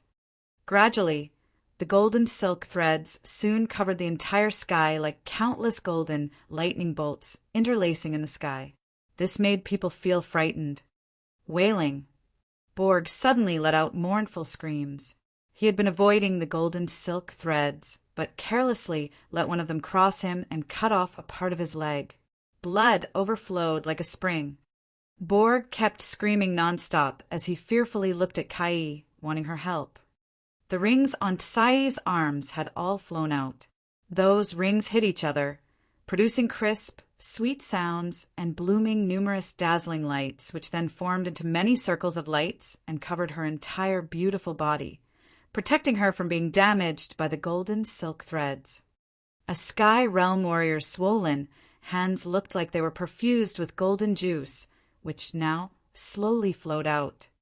Golden silk threads flew out from between his swollen hands like tiny pythons, jumping cheerfully and gradually blockading the space around her. Her graceful posture moved tenderly. The circles of light and the golden silk threads collided, sparking dazzling light spots everywhere. Although Sai's cultivation base was high, she couldn't get out of the thick golden silk threads around her. She saw Borg unable to resist anymore, but it was impossible for her to reach out to help him. Golden silkworm split. The warrior who was dealing with Borg revealed a cold sneer. More than 10 golden silk threads flew out from his swollen hands, heading toward Borg and fully covering him instantly. Brilliant golden light flashed up under Shurian's gaze. Borg's body suddenly turned into broken pieces of flesh and bones. Borg, who was in the third sky of Nirvana realm, was unable to escape and had been cut into countless pieces under the coverage of those golden silk threads. Before Borg's death, Shurian had seen a golden wire coming out of Borg's back. A warrior who was fighting with Laoli had suddenly spared a part of his force and had quietly used the golden threads to pierce through Borg, making him unable to gather his strength. The magical golden silk was the unique martial arts that only the Heavenly Palace's warriors had. If they wanted to cultivate it successfully, they needed to collect the silks taken from the myriad devouring golden silkworm in a secret place of the divine land and then cultivate and absorb it into their bodies. Each warrior who practiced this secret magical technique, all golden-style martial spirit. They then used this martial spirit and their profound chi to nourish this golden silk, blending their blood, soul consciousness, and profound chi into golden silk. After many years of arduous pilgrimages, the golden silk that was cultivated and absorbed into the warriors' bodies not only possessed the special features of the myriad devouring golden silkworm, but could also connect with their minds and stay under their control. Cultivating this secret gold silk was extremely dangerous for the Heavenly Palace's warriors. Their bodies could instantly be divided if they were careless. Heavenly Palace's warriors who could cultivate this secret technique were all cruel and ruthless, not even thinking about risking their own lives. The warriors would become extremely dangerous when they cast the golden silk out. Once performing this secret technique, if there were no strong means of defense, this golden silk would split other people's bodies. Borg didn't have much means of defending himself with one of his legs cut off, and the golden silk pierced through from his back. Because of those things, Borg apparently couldn't escape death, although he had the third sky of Nirvana realm cultivation base. As soon as he died, his scattering aura flowed into Shurian. Shurian was avoiding the golden silk threads. However, when seeing Borg had died, Shurian quietly moved forward and absorbed the aura from Borg. Feeling the influx of Borg's aura, Shurian calmly looked at the golden silk threads flying around in the sky, and suddenly grinned in silence as he just came up with a vicious plan in his mind. Chapter 377. Add Wings to the Tiger. Chapter 377. Add Wings to the Tiger. Right after Borg had died, that Empyrean warrior looked more relaxed. The Empyrean side had a total of 3 sky realm warriors, including Ningzei. The remaining warriors were at the second or third sky of Nirvana realm. All of them had cultivated this evil secret technique of the Empyrean. When they united, it didn't matter who they were fighting. Borg was dead, and Laoli and Laoluin immediately fell into danger. Although these 2 brothers were only in the third sky of Nirvana realm, they were very good at joining forces. They stood back to back. 2 different forces passed each other through their backs, making their momentum soar. Their bodies were covered with a mixed green and blue halo. That halo covered the 2 brothers entirely. When the golden silk threads in the sky came close to them, they hurriedly took actions, wearing their gloves from where strong momentum flowed out. Their momentum was like martial art conception that had been tempered on their gloves. These gloves were naturally not just ordinary things. Under their martial art conception, these gloves released a terrible and fierce power. Under this violent power, those golden silk threads were punched aside before they could come close to the 2 brothers. Those threads, which occasionally showed up next to the halo, couldn't destroy the blue-green halo that was covering the 2 brothers. However, after Borg's death, the warrior who had dealt with Borg now retrieved his power, looked at the 2 brothers, and cast it again toward them. Hundreds of golden silk threads intertwined and dashed forward. The golden threads like lightning split open, releasing numerous sharp sprays, making the 2 brothers a little confused. While their gloves were releasing the martial art conception, they also had to unite to deal with the stealth at the same time. Thus, they didn't seem to be able to resist anymore. More and more golden silk threads were approaching and getting closer to them. Shurien's eyes were cold and cruel. He relied on the starlight to avoid the winding golden threads. He was both absorbing the aura of dead Borg, while quietly observing the situation in the field. Not only did Aya and Kai have many secret treasures on their bodies, but they were also extremely good at martial arts cultivation. Therefore, in the encirclement of the golden silk threads, they were still safe and sound. Although they couldn't get out of those golden threads, they didn't seem to be defeated, and they were still able to persist for a long time. Carefully watching the situation, Shurien coldly sneered. He quietly released his profound qi, the star power, the negative forces, and the yin power from inside his body, and sneakily manipulated them toward the Empyrean's warriors who were besieging Laoli and Laolin. The ice-cold flame, the Holy Spirit God, and the earth flame had been integrated into his body muscles before the completion of his martial spirit's mutation. Although his body's muscles contained a surge of violent power, it could not be separated or taken out of his body. Therefore, a gravitational field was formed this time only relying on the profound qi, the star power, the negative forces, and yin force. These four forces created the gravitational field. As soon as it appeared, it suddenly condensed into an entity, forming an enormous gray tornado, inside of which the four sharp forces spanned aggressively. The gravitational field used to hide without revealing any trace, but it was unknown why it turned into a real entity here. In that gray tornado, the four forces flew around and mutually entangled, resulting in a strange, fierce power. Even Shurien felt that it was very dangerous for him if he were inside it. His power increased. In this dark, magnetic, noxious mist, although the gravitational field had turned into a real entity and couldn't be concealed anymore, its power had increased more than double. It seemed to coincide with a sort of heaven and earth principle in this dark, magnetic, noxious mist. It kept spinning, which made it seem like there was an existence of strange fluctuations inside the dark, magnetic, noxious mist, forming a link with the gravitational field. The gray tornado released a whirlwind up to the sky with tremendous momentum. As soon as it appeared, it instantly drew all the creatures around. Fierce, long, thin golden threads, like lightning in the sky, were pursuing Shurien, Laoli, and Laolin.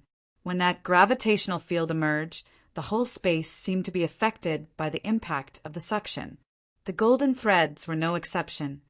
The fierce golden silk threads were all sucked into the gravitational field. Even the heavenly palace warriors couldn't prevent their golden threads from being pulled in. When the golden silk threads went into the gravitational field, each of the heavenly palace warriors who held the golden silk screamed in panic, while their faces suddenly changed. The body of a heavenly palace warrior with the weakest cultivation base, which was the second sky of Nirvana realm, was also pulled into the gravitational field. Because the golden silk was connected with the warrior's body, he was also being drawn into the gravitational field, and he couldn't withstand the suction of the gravitational field anymore as he was finally pulled inside. Inside the giant gray tornado, for different strange powers flew around and pulled the gold silk that was circling inside as well. Right after that warrior had been drawn into the field, he was instantly killed by the gold silk and then cut into mixed flesh and blood. When these Empyrean warriors cultivated the gold silk, they connected their palms to it. The lines on their palms and the gold silk had formed a delicate, subtle connection, and they could use their minds to control it. Unless they had reached the God realm, they couldn't detach the gold silk from their palms to freely chase and kill their enemies. Therefore, after the gold silk had been sucked into the gravitational field, as the palms of their hands were connected to the gold silk, the warriors were also affected by the strong suction force from the gravitational field. Moreover, the gold silk inside the gravitational field also created a huge pulling force. The warriors looked very miserable as they struggled hard to escape from the gray tornado formed by the gravitational field. "It's you!" Sai's eyes suddenly brightened up. When she had been at the bottom of the lake, she had known that Shiryen was not easy to mess with. At this critical time, the gray tornado appeared in front of Shiryen. Shiryen had a mocking sneer on his cold face as he watched the Empyrean warriors being pulled into the gravitational field and minced into bloody pieces of flesh. Kai now realized that Shiryen was the one who was changing the situation here. Kai exclaimed in shock, which drew the attention of the others to Shiryen. A strange light flashed up in Aya's eyes. She didn't seem to expect in this critical time Shiryen, who was only in the Nirvana realm, would be the most effective one. With a cruel look and a cold sneer, he used some kind of secret technique to strangle those warriors, which made her extremely shocked. Lao Li and Lao Luin had been in danger and would have probably been killed by the Empyrean's warriors. At the most dangerous time, Shiryen suddenly took action, creating the gravitational field and forcing those warriors to divide their strength in an attempt to resist. Thus, the strength they had been focusing on the two brothers, Lao Luin and Lao Li, was reduced, which made the two brothers surprised and frightened at the same time. They kept thanking Shiryen. Shiryen's eyes were furious. He coldly sneered while continuing to maintain the gravitational field, bringing it toward the rest of the Heavenly Palace warriors who were gathering at the same place. Under the irresistible pulling force, another two of the Heavenly Palace's third sky of Nirvana realm warriors were drawn into the gravitational field. The gravitational field was full of gold silks, which were all fatal. Once those warriors were sucked into the gravitational field, the forces inside completely controlled them, and thus they could hardly form a fully defensive halo for their entire bodies. As a result, their bodies were exposed. In this situation, being strangled and cut off by the four strange forces of the gravitational field, those warriors couldn't escape from death. Just after a moment, the two Heavenly Palace warriors who had fallen into the gravitational field were all dead. As soon as these two warriors were ripped into pieces, the remaining warriors were all filled with panic. Seeing the gravitational field approaching, even the two Sky Realm warriors, who were dealing with Aya and Kai, were frightened, and thus loosened their force toward Aya and Kai to hurriedly move aside to avoid the gravitational field. However, although these two warriors dodged very fast, the gold silks that they had released failed to escape the great suction of the gravitational field. As the ferocious golden silks were forcefully pulled into the gravitational field, the two Skyrim warriors who were deviating from the gravitational field were also being pulled. Because these two warriors were connected with the gold silks, they were also gradually pulled into the gravitational field. "Young master, save me!" a Sky Realm warrior screamed out loud. His fierce eyes looked at Shiryen and shouted, "It's that kid who has troubled us." Ningzhe didn't take any action, but just coldly watched the changes in the field. When the two Empyrean warriors had been crushed into powder, he hadn't revealed any trace of fear. It seemed that the death of those Nirvana Realm warriors was nothing to him. However, when the two Sky Realm warriors who had released the gold silks had also been pulled into the gravitational field and screamed out loud together, Ningzhe finally showed a grave look. "Be careful."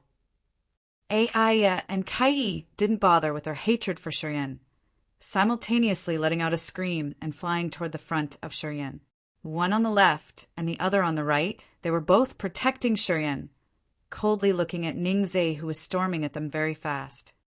Although Aya and Kai were ruthless and wanted to see Shiryen die sooner, they still understood their current situation. If they wanted to defeat the Heavenly Palace warriors, they had to rely on the gray tornado that Shiryen had created. Therefore, when Ningzhe was about to make a move, both of them immediately rushed to Shiryen's side, wanting to join forces to protect him.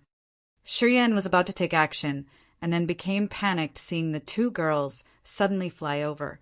After realizing the girls just wanted to offer him protection, He shook his head and smiled and was not in a hurry to release his power. He stood behind Aya and Kai and continued manipulating the gravitational field. The gold silks that were released by the Heavenly Palace warriors were extremely sharp and evil, able to cut everything. Those golden silks had fallen into the gravitational field, stirred up by the forces of the gravitational field, and thus their power was skyrocketed instantly. Anyone who fell into this gravitational field would be crushed into powder by the gold silk. Seeing the gold silk fly into the gravitational field aggressively, Shurian's heart dissipated. He then had an idea that he would try to collect as much of the gold silks from this myriad, devouring golden silkworm as possible. This stuff and the gravitational field together was indeed a killing machine. Chapter 378, Reaping. Chapter 378, Reaping. Aya and Kai stood in front of Shurian with solemn faces, coldly looking to the other side, taking precaution against Ning's mischief to kill Shurian. In this battle, the key person had some transformations. Aya and Kai, who were in the sky realm, couldn't be as effective as Shurian. Only if Shurian was alive could the gravitational field then dissolve the gold silks released by the Heavenly Palace warriors. Except for Shurian, Aya, Kai, and the two brothers simply couldn't do anything. Apparently, Ningze also saw the role of Shurian in this battle. Hence, he stared at Shurian and then rushed toward him while speaking up. "Kid, you dare to treat us like your enemy. Regardless of what your identity is, you will not be able to escape death." Shurian ignored him, not really caring about Ning's threats, and continued putting forth all of his strength into controlling the gravitational field to deal with the two sky realm warriors of the Heavenly Palace. The two sky realm warriors who had released the golden silks, which were fiercely pulled into the gravitational field, were now also affected by the suction of the gravitational field, being hauled toward the gravitational field closer and closer. The situation didn't look good for them. Aya, since you resist, do not blame me for my ruthless means." Ningze coldly sneered and then took out a gold leather bag. He untied the leather bag's buckle, and a fist-sized golden silkworm suddenly flew out from inside, aggressively showing its fangs and turning into a bunch of gold lights, dashing toward Aya and Kai. The golden silkworm was as big as a fist. There were 7 gold stripes on its back. It spread its wings and flew over, producing a buzzing sound which seemed to be able to penetrate a warrior's sea of consciousness. Myriad devouring golden silkworm. Seeing that silkworm approaching, the beautiful faces of Aya and Kai suddenly changed in extreme shock. The rings on Sai's arms burst a bunch of strange lights, which gradually spread out like layer upon layer of rippling waves, diffusing around Sai's body and forming a marvelous halo. When those strange lights appeared, Kai immediately held her breath and spat out a bunch of silver lights. As soon as the bunch of silver lights was spurted out, they instantly turned into a long silver crystal sword with many strange symbols on it. It sparkled and glowed and then flew toward the flying golden silkworm. "Want to die?" Ningze coldly sneered. His eye pupils flashed up with golden lights, as if he was communicating with the golden silkworm. The golden silkworm stormed into the strange lights, next to Kai, aggressively hitting the silver crystal sword. Sai's silver crystal sword was hit and destroyed terribly by the golden silkworm. The golden silkworm suddenly spat out a fierce golden thread, which then tightly wrapped that silver sword, making it unable to move. Sai's beautiful eyes darkened. She suddenly opened her mouth and spat out a mouthful of blood. Her 5 fingers kept changing the magical tricks, trying to retrieve the silver crystal sword which was being tightly bound by the golden silk thread.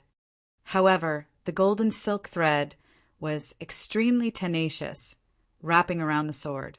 The silver crystal sword staggered as it was suffering the silk thread's entanglement. Its crystal lights became dark.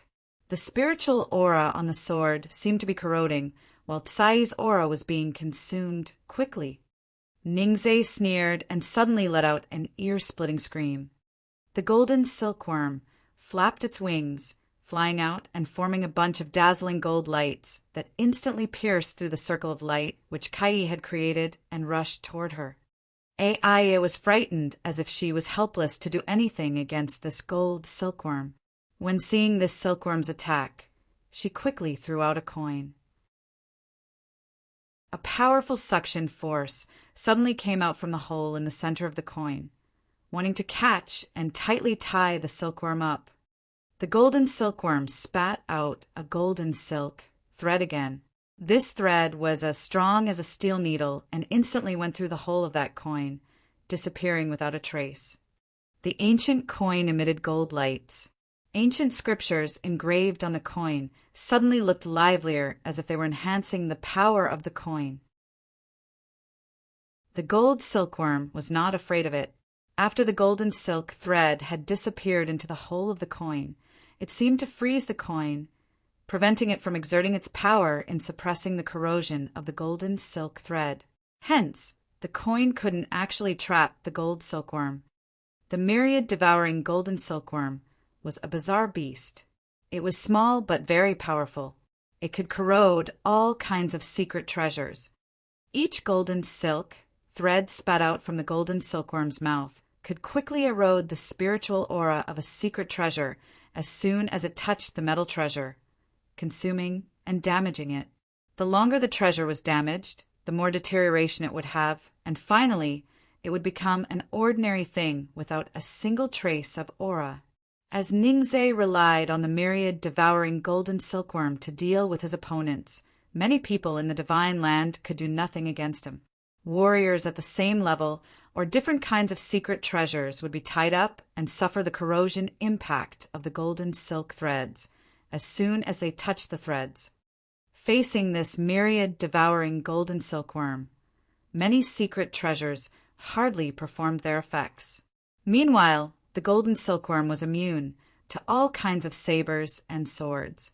Very few secret treasures could damage it, and many kinds of forces found it hard to strike the silkworm and kill it. Aya and Kai knew that their secret treasures would hardly resist the golden silkworm, but they still had to send the treasures to hinder the gold silkworm a little while, so that Xuan could have enough time to clean up the two Sky Realm warriors. "Be careful!" Kai suddenly screamed out loud in fear. The golden silkworm wildly spurted out of the coin, flying around Aya and rushing to Shiryan. The golden silkworm spat out golden silk threads like golden lightning as hard as steel needles, piercing straight toward Shiryan. Shiryan saw those golden silk threads fiercely darting toward him while he was controlling the gravitational field with all of his power. He suddenly shivered and raised his palm. The life seal blasted. 7 handprints quickly merged and turned into a board-sized palm, and then rushed directly toward those golden silk threads and the golden silkworm. The life seal's intimidation was incredibly great. When it was released, it produced a sound like booming thunder. After the life seal had passed through, those golden silk threads became cotton threads fluttering around. The life seal could only scatter the golden silk threads, but couldn't cut them off completely.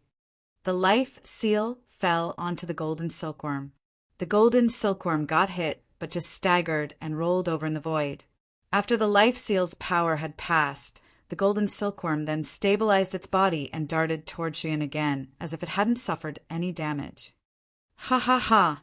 The Heavenly Palace people have captured and raised these golden silkworms. We already have 3 silkworms at the 7th level. Each of them has been existing for tens of thousands of years. They are immune to any swords and guns, are not scared of any attacks by different forces, and they can dissolve all kinds of secret treasures. Do you want to use your ordinary method to deal with my golden silkworm? You should have saved a little bit of your power then." Ningzhe burst into laughter, used his mind to control the golden silkworm, and once again threw another attack toward Shiryan. With an ear-splitting buzzing sound, the golden silkworm started to attack again. Shurian's face changed. He felt that this golden silkworm was indeed tough to deal with. Secret treasures weren't effective. Different kinds of forces couldn't strike this silkworm to death. Hence, to deal with this silkworm, it seemed he could only use some special means. Seeing the gold silkworm rushing at him again, Shurian couldn't maintain his energy to continue to control the gravitational field. Instead, he had to put all of his strength on the golden silkworm.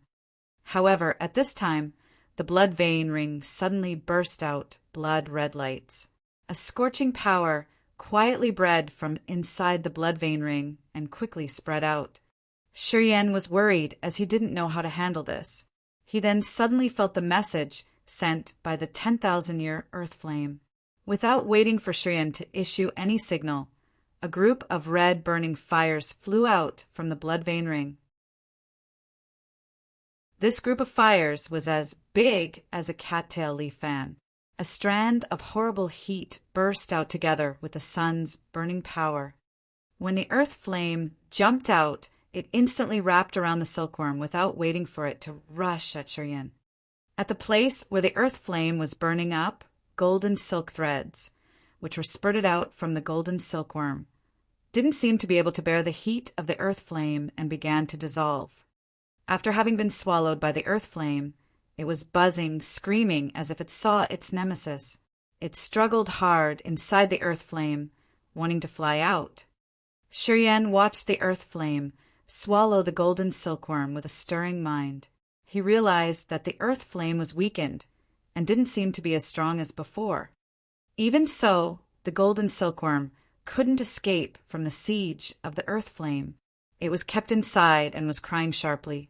It seemed to be extremely frightened, and despite how much it struggled and flew around to find an escape, it couldn't get out of the earth flame. The golden silk threads that had been spat out earlier were also melting. Shurian was surprised and happy at heart. He couldn't help but burst into laughter. Aya, Kai, Laoli, and Laoluin, who were facing danger, suddenly saw Shurian with a group of burning fires swallow the golden silkworm, making it unable to do anything. They couldn't help but feel overjoyed, looking at Shurian with surprise. Aya and Kai exchanged looks and could see the joy in each other's eyes. They then simultaneously looked toward Ningze. Ningze's originally ruddy face gradually turned pale after the earth flame had swallowed the golden silkworm. This golden silkworm and Ningze's mind seemed to have a connection. His god soul force was consigned to the golden silkworm, and thus, when the golden silkworm was burning up, his god soul force that was attached to it was also suffering, which injured Ningze's host soul and made him realize the situation was not going well for him. True gold is not afraid of fire. Ha ha ha. It seems that your golden silkworm is not a real one. Even though this fire just refined it a little bit, it soon couldn't stand it. Shurian pouted, coldly sneered, as he disdainfully looked at Ningze and mockingly said, "Want to kill me? You don't seem to be able to do it. Friend, next time, before talking a big game, you should be sure about it first." After having swallowed the golden silkworm, making it unable to escape, the earth flame didn't seem to want to expose itself too long and thus pulled the gold silkworm, flying toward the blood vein ring on Shurian's fingers. A bunch of fire flashed up. The earth flame wrapped the golden silkworm and disappeared into the blood vein ring together. Tsui. The gold silkworm instantly fell into the blood vein ring. Ningze's face turned pale once again with frightened eyes. He couldn't help but spew out a mouthful of blood. When the golden silkworm had gone into the blood vein ring, the connection between him and the gold silkworm had been completely terminated, which was like being cut off by a sword. As he and the golden silkworm were closely connected, he also suffered a heavy blow. Whether it was his host soul or his state of mind, both were affected. His strength dropped significantly. Chapter 379, Fated Astral Wind. Chapter 379, Fated Astral Wind. Go. Ningzhe spewed out a mouthful of blood. He staggered a little bit and then suddenly turned into a beam of strange light, rushing toward the deep place inside the dark, magnetic, noxious mist. Seeing Ningzhe fleeing, the two Sky Realm warriors finally showed fear on their faces. Hesitating a moment, their fingers, which had released golden silks, suddenly burst out. The two of them cut off their own fingers, terminating the connection with the golden silks. Without any more hesitation, they immediately turned around and ran away. Shurian's face was cold and ruthless. He coldly sneered and instantly chased after Ningzhe.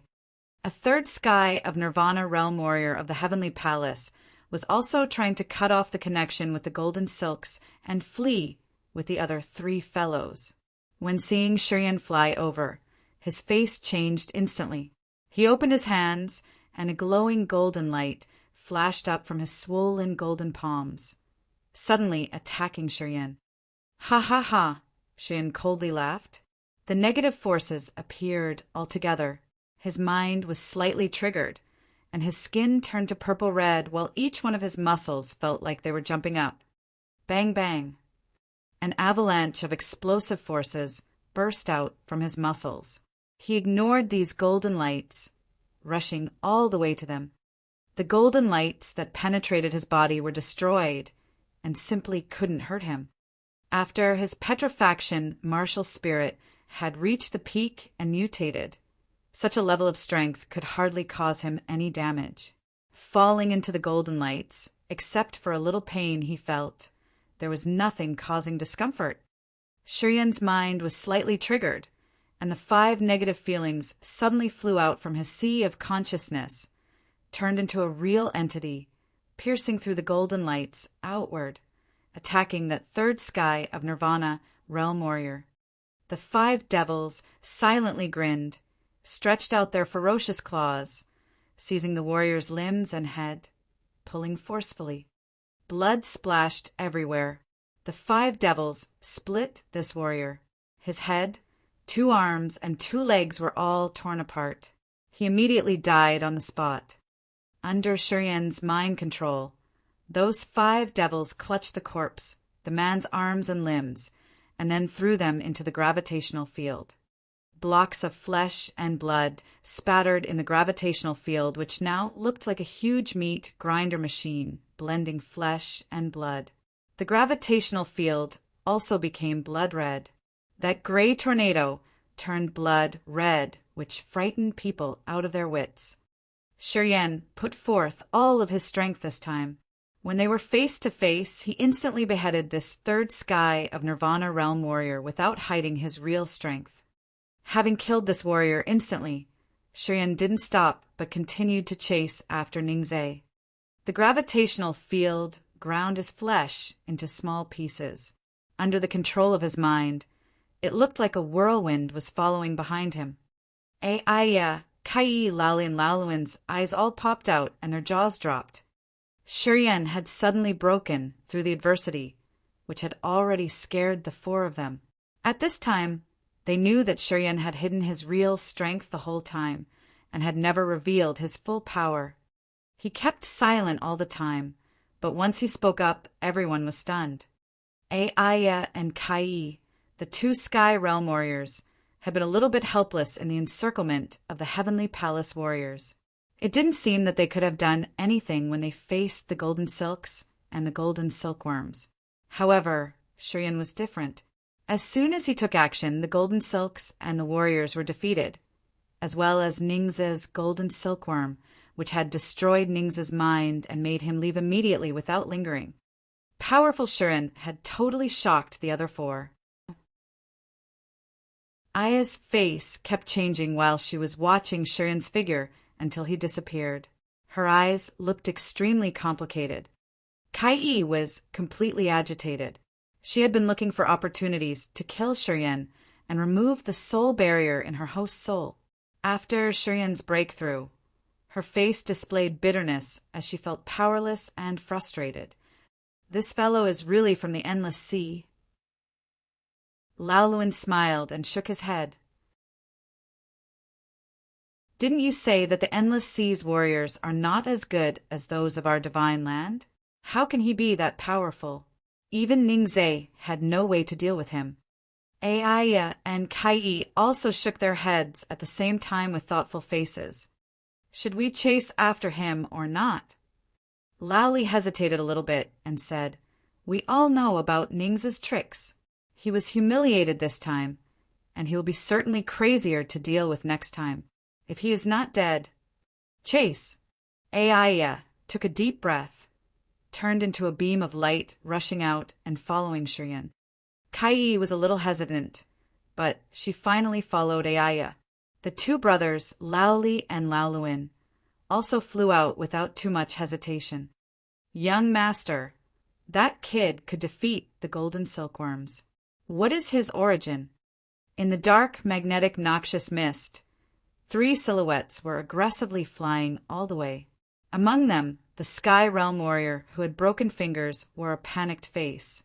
He looked at his 10 bleeding fingers and said miserably, "We have had a great loss this time. I was cultivating this secret technique for many years, and it is now ruined by a kid. I am not sure if we can make up for this loss when we go back later. This kid is not a person of White Emperor City." Ningzhe gritted his teeth and said with a ruthless face, "If White Emperor City had a powerful young master like him, we would have received the news. He is only in the Nirvana realm but could control us entirely as if he has a special way to deal with golden silkworms and golden silks. This person is our nemesis. Absolutely he cannot live. Young master, what should we do? Your golden silkworm has been taken. You will be severely punished when you go back. No worries. I will quickly contact another team. Wait until we gather our strength. We will make this kid suffer." Ningzhe grunted. "The secret technique which the other team has cultivated is different from ours. It must be able to defeat that kid. Aya and Kai, these 2 damn girls, I will make them lose their faces. They dare to harm me." "Young master, that kid is chasing after us." A Heavenly Palace warrior who was lagging behind turned his head around and suddenly screamed out loud. "Catching up already?" Ningzhe turned around, had a quick glance, and suddenly laughed. "It's good that he is here. I haven't dared to enter the fearful land ahead. That kid doesn't know life from death. We can entice him to go inside and take advantage of that fearful land to kill him." As soon as Ningzhe finished his words, the eyes of the other 2 Sky Realm warriors brightened up, and they both spoke up at the same time, "Master is wise." Shiryan had chased after the 3 people of Ningzhe's group the entire way. The gravitational field was following behind him. The auras of those warriors who had died in the gravitational field massively overflowed and poured into his acupuncture points, freshening up his whole body. Dashing like a rocket in the air, Shiryan turned his head and realized that Aya and Kai were also following him. He let out a sigh of relief and was more determined to kill Ningzhe. The 3 people of Ningzhe's group all had Sky Realm cultivation base. Although the 3 of them were all injured, Shiryan knew that his full strength alone couldn't handle all of them in a battle. Perhaps he would even be killed. However, together with Aya, Kai, and the 2 brothers, the situation would be different. As long as the 4 of them could handle the 2 Heavenly Palace Sky Realm warriors, he was confident that it would not be difficult for him to use his real power to get rid of injured Ningzhe. That was why he continued chasing Ningzhe's group. A mountain peak covered with fog suddenly appeared in front of them. Gray smoke hovered around without dispersing. The 3 people of Ningzhe's group moved forward and disappeared behind the mountain. Shiryan also rushed into that gray smoke below the mountain without thinking too much. However, as soon as his body entered that area, he immediately realized that it was not good. That gray smoke area looked like an invisible mud. As soon as his body entered the place, it immediately got trapped as if it was confined deep inside the mud and could hardly move. The more he struggled, the deeper he would sink. The other 3 people of Ningzhe's group had disappeared without a trace. Shiryan's face changed. He was afraid that he had fallen into Ning's trap, accidentally entering a fearful land of the dark, magnetic, noxious mist. He didn't even have any reaction yet, but the other 4 figures had already appeared behind him. In their screams, none of Aya, Kai, and the 2 brothers could escape. They were all surrounded by this fearful land. Their bodies couldn't move, as if countless invisible vines were wrapping them. Fearful land. Aya was shocked, couldn't help but shout. Not good. We have fallen in Ning's trap. It is dangerous this time. In the dark, magnetic, noxious mist, every time before Aya had moved forward, she had always taken out the compass, not only to identify the directions, but also to detect dangers around.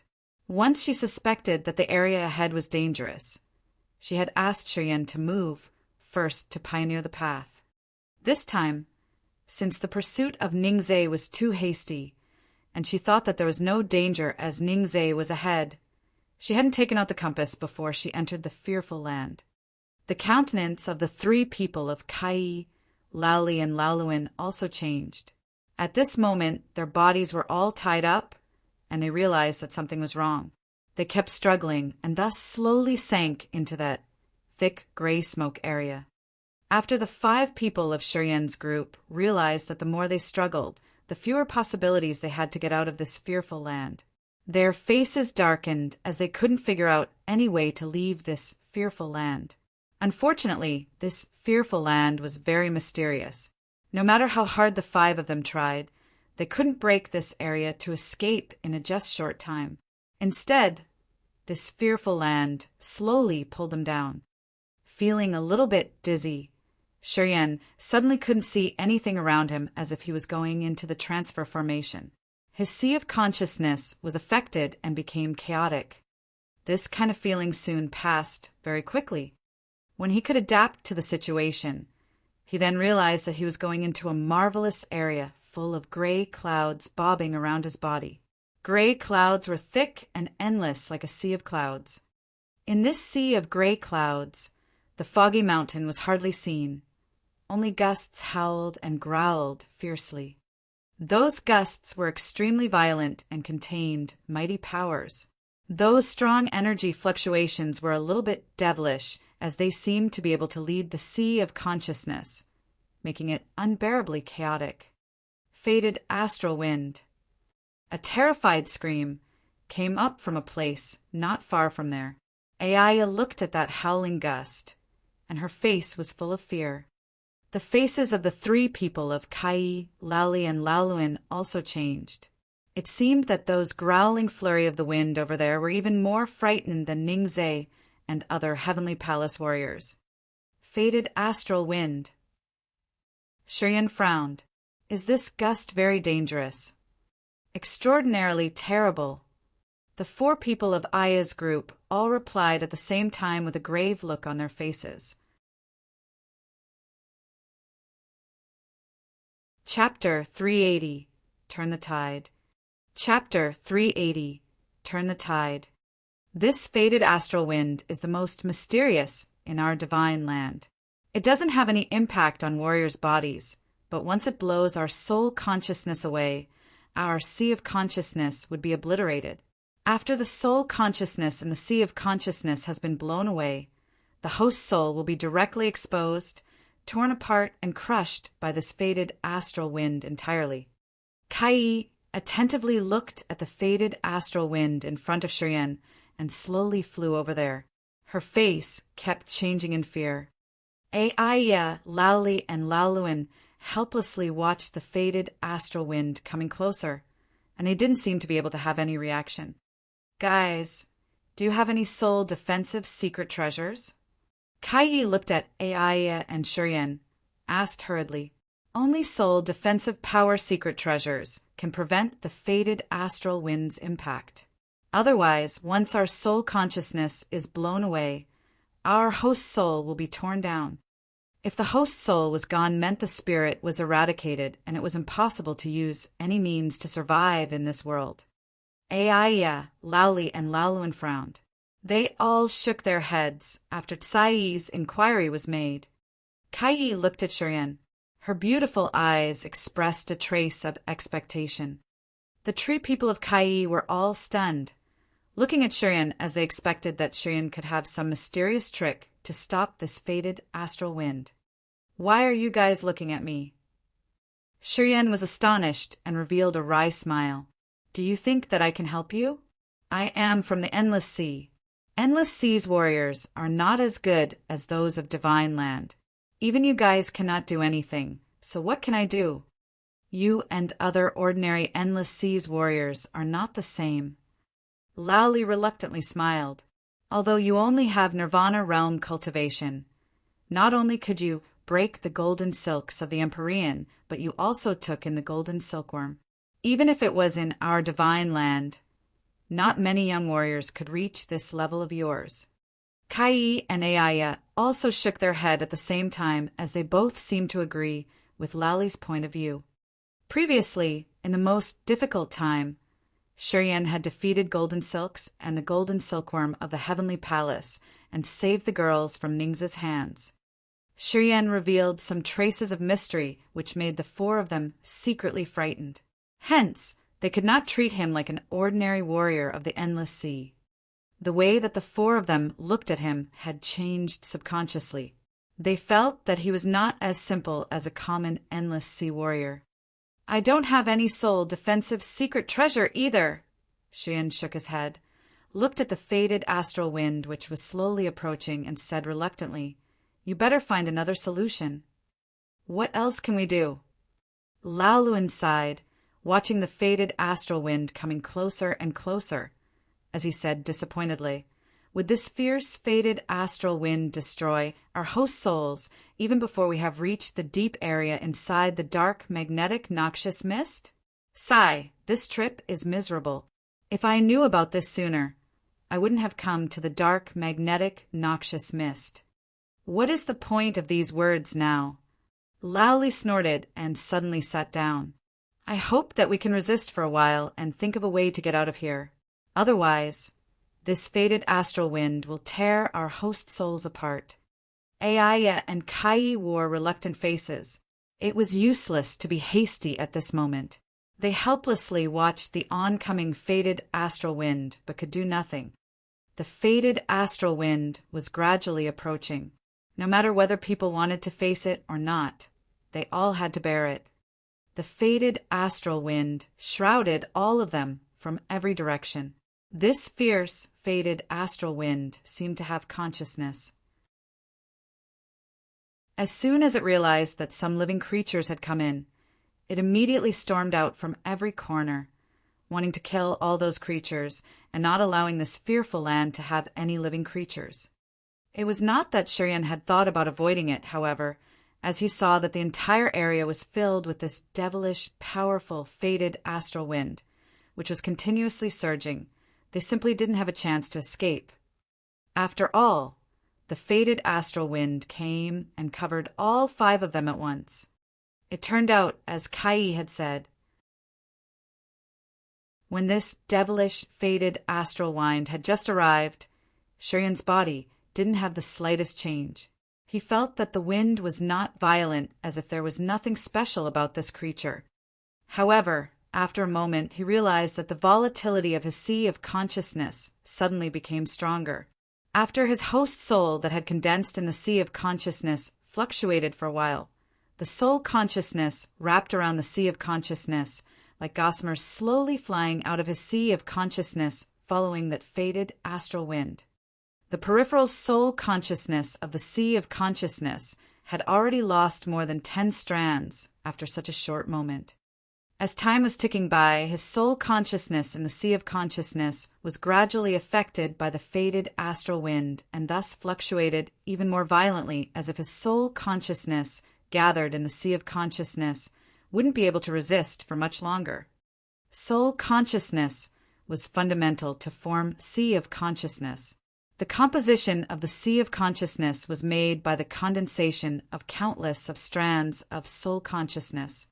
The host soul existed in the sea of consciousness under the protection of the sea of consciousness. Once the soul consciousness dissipated entirely, the host soul would be exposed without any protection. This fated astral wind would disperse the soul consciousness first, and then tear the opponent's host soul apart. Its purpose was to let the warrior's spirit perish. Once the soul consciousness in the sea of consciousness was all blown away, death would find the warriors. Strands of soul consciousness dissipated one by one, which made Xian unable to concentrate and made his mind become dazed as if it was occupied. He was sort of half-conscious, and his mind was in a bad state. He couldn't even conduct the simplest things. He looked at the other people of Aya's and Sai's group and realized that these four were in the same state as him. Their eyes were soulless, while their dissipated soul consciousness was a little bit chaotic and was gradually leaving the sea of consciousness. That was not a solution. Xian gritted his teeth, made every effort to gather his attention, and carefully considered. He needed to have a soul defensive secret treasure to get rid of the fated astral wind. However, he didn't have that kind of treasure. Other soul skills performance required soul consciousness to be the core source, but he couldn't display any soul skills while his sea of consciousness was vibrating violently like this. Without soul consciousness, the soul skills were useless. In accordance with the current situation, he would gradually lose his consciousness, which would make it impossible for him to think of something by himself. Must think of a solution as soon as possible. Firmly believing in his own belief, Xian was even calmer when facing adversity. He temporarily forgot the fluctuations of his sea of consciousness, gathered all of his power, and considered a way to reverse the situation. Sky-breaking shuttle. Xian's original soulless eyes suddenly flashed up with a trace of consciousness. An idea emerged in his mind. He remembered the secret treasure from the chasm battlefield. When he had entered the chasm battlefield before, his purpose at that time was to catch the sky-breaking shuttle. In Legends, this sky-breaking shuttle could break all kinds of formation techniques and barriers. He had spent a lot of effort to get this sky-breaking shuttle. After having had the sky-breaking shuttle, he had communicated with it and received a message from the sky-breaking shuttle saying that as he hadn't reached the Nirvana realm, he could hardly use it. In the Hangluo Sea, he and his forces had expanded everywhere. By hunting and killing many warriors and demon dwellers, he had progressed in reaching the Nirvana realm. He had made every effort to enhance his own strength as well as have the insight of the powerful Qian. Thus, although he knew that he could use the sky-breaking shuttle already, he hadn't used it yet. He knew that with his Nirvana realm cultivation base, even if he went to the 4th demon area to find the secret place where Yang Tian Emperor was confined, it was still difficult for him to use it to save the Yang Tian Emperor from that place. Qian and Bo Sun were too powerful. Even if the Holy Spirit God, the ice-cold flame, and the earth flame fused together, he was not sure that he could rescue and run away from Bo Sun's white bones Dharma body, let alone that he had completely consumed the power formed by these 3 great living forms. Therefore, although he knew that he could use the sky-breaking shuttle, he hadn't used it just yet. It was because he understood that with his cultivation base, recklessly entering the 4th demon area was a dead end. It was not the same now. A series of thoughts flashed up in his mind. He finally had a solution. He tried to take out the sky-breaking shuttle, immersed his mind in it, and communicated with the consciousness of the sky-breaking shuttle. It seems that you have entered the Nirvana realm. Excellent. Nirvana realm's power is enough for you to use me. Are you ready for it? A feeble message suddenly came out from the sky-breaking shuttle. What do you want me to help you with?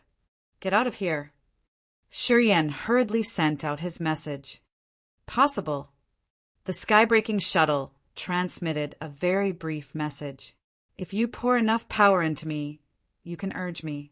If you want to leave this area, you better do it quickly. Pour the power in. Yes. How much do you need? You are now in the 2nd sky of Nirvana realm, so pour 2/3 of your profound chi. I can immediately tear down all the barriers and obstacles here. The stronger the formation techniques, the more power I need. The defense here is not very strong, so you only need to pour 2/3 of your profound chi, and it will be enough. Shiryan, face changed slightly, feeling the soul consciousness passing gradually. He didn't have time to think too much. He immediately concentrated his strength and poured a massive amount of his profound chi into the sky-breaking shuttle in his hand. When 2/3 of his profound chi was poured into the sky-breaking shuttle in the flying shuttle shape, it suddenly became extremely powerful, as if it could tear everything down. It strongly flew out from his palm. Silver fish, scale-like waves were shot out from the sky-breaking shuttle, piercing through the layer of gray clouds in the sky. This sky-breaking shuttle was indeed all-conquering, as if it could cut off all kinds of blockades and barriers tearing the formation technique, which was like mire above their head apart. A silver beam of light drilled down from above, which looked like a silver galaxy plunging toward Shiryan's head. Aya, Ki, Laoli, and Laolin, who were in a daze, suddenly realized a silver channel had appeared in the sky and had pierced through the fearful land, which was like a swamp covering above their heads. They both showed a frightened look on their faces and couldn't help but scream out loud. This is. Did Shiryan make it? He is not simple indeed. Aya, Kai, and the two brothers couldn't help but shout in shock because of Shiryan's performance. They didn't know what Shiryan had done to tear the fearful land open. Chapter 381 Insight. Chapter 381 Insight. Let's go! Shiryan suddenly stood up and stuck his head into the channel. As soon as his entire body was in the channel, the dispersing strands of soul consciousness unexpectedly flew over and fell into his sea of consciousness without any known reason. Those strands of soul consciousness, which had left his sea of consciousness, didn't seem to fly away too far, just circling the faded astral wind. When he got into the channel, those strands seemed to no longer be affected by the faded astral wind. The soul consciousness now returned and went into his sea of consciousness once again. Shiryan was extremely overjoyed. The group of Aya and Kai was stunned and surprisingly cheered up. They daringly flew up to the sky and entered the silver channel altogether. Following the silver channel, the four of them stayed behind Shiryan as they went through this fearful land. On the mountain cliff above the fearful land, Ningzhe and the other two sky realm warriors smiled coldly, looking at the area full of gray smoke below. Those people already went into the bottom of that fearful land. I don't think it will take them long to die in this fearful land. Ningzhe sneered coldly with a dark look. If those people die, although the golden silkworm has disconnected with my mind, I still have a way to sense it. The golden silkworm compared with us are different, since the fearful land down there can't confine joy. As soon as that kid dies, I can immediately recall my golden silkworm. Young master is wise. The two sky realm warriors both flattered. Suddenly, a silver channel shot out from the gray smoke below them, aiming for this mountain cliff. Shiryan's figure in the silver channel appeared and soared to the sky from the vague gray smoke below. How can it be? Ningzhe couldn't help but scream out loud, shaking his head in disbelief with his horrified look on his face. That kid already got through the fearful land. How could it be? Young master, Aya and Kai are also out. One of the two sky realm warriors suddenly shouted. The situation is not good. Ningzhe's face became emotionally troubled. He looked at Shiryan, who was slowly flying out while his countenance kept changing abnormally. He then gritted his teeth and said, "Let's go. We will find this kid to take revenge later." After talking, Ningzhe hastily flew away out of this mountain cliff with his fastest speed without waiting for Shiryan to get out completely. Not long after Ningzhe had left, Shiryan was the first one who landed on this mountain from the channel created by the sky-breaking shuttle. Aya, Kai, and the two brothers Laolin and Laoluin also quickly flew out, exposing their shocked faces after the accident. Strands of soul consciousness that had left now re-entered Shurian's sea of consciousness. Shurian's face was agitated as he suddenly realized that his state of mind seemed to have some miraculous transformations.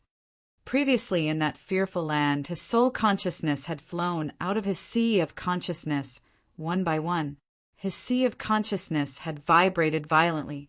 As the soul consciousness had intensely been affected, his host soul had almost been exposed.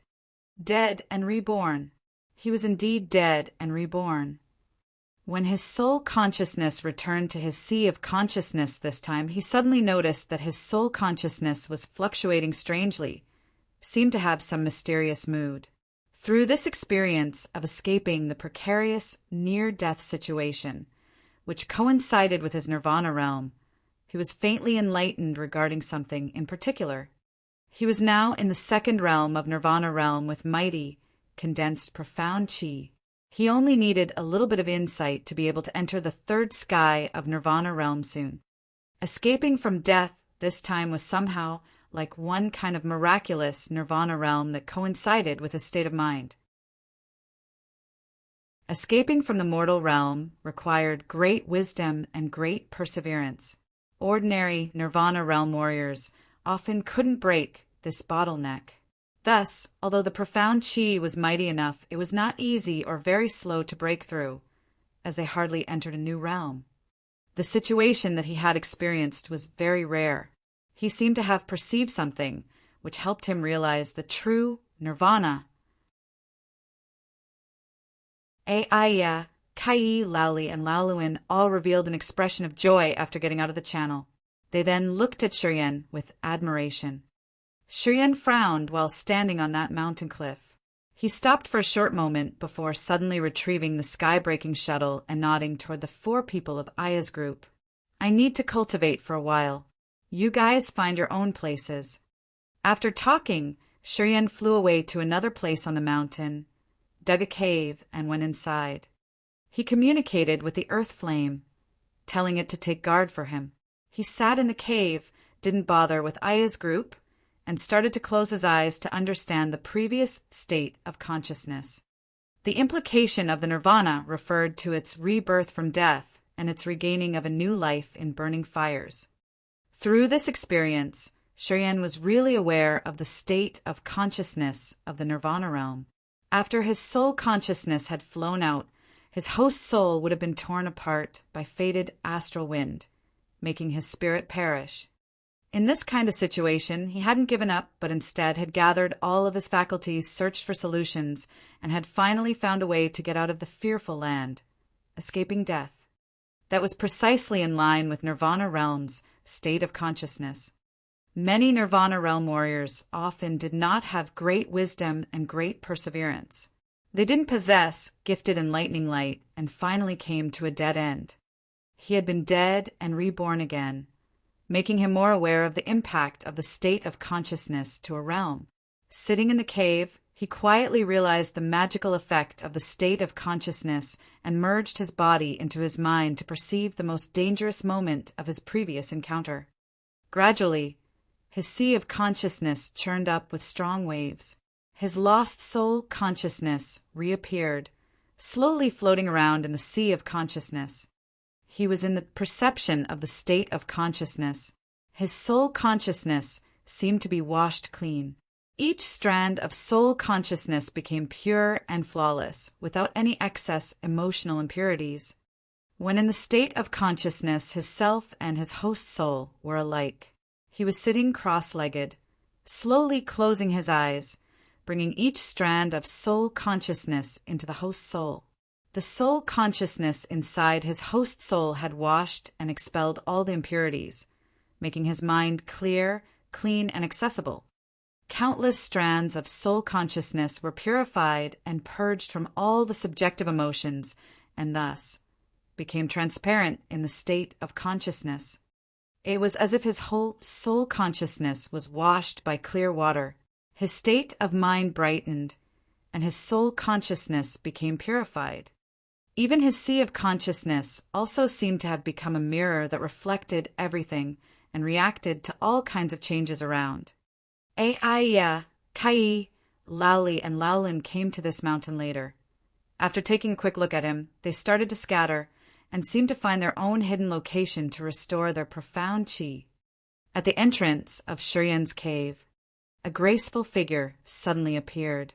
It was Kai. Standing 10 meters away, Kai looked at Shurian's cave while her beautiful eyes kept changing as if she was hesitant about something. Should I take a risk? Tsai's face was confused. Bright beams of light puffed from her 10 fingers, containing a violent, active energy. Shurian had planted the barrier inside her host soul.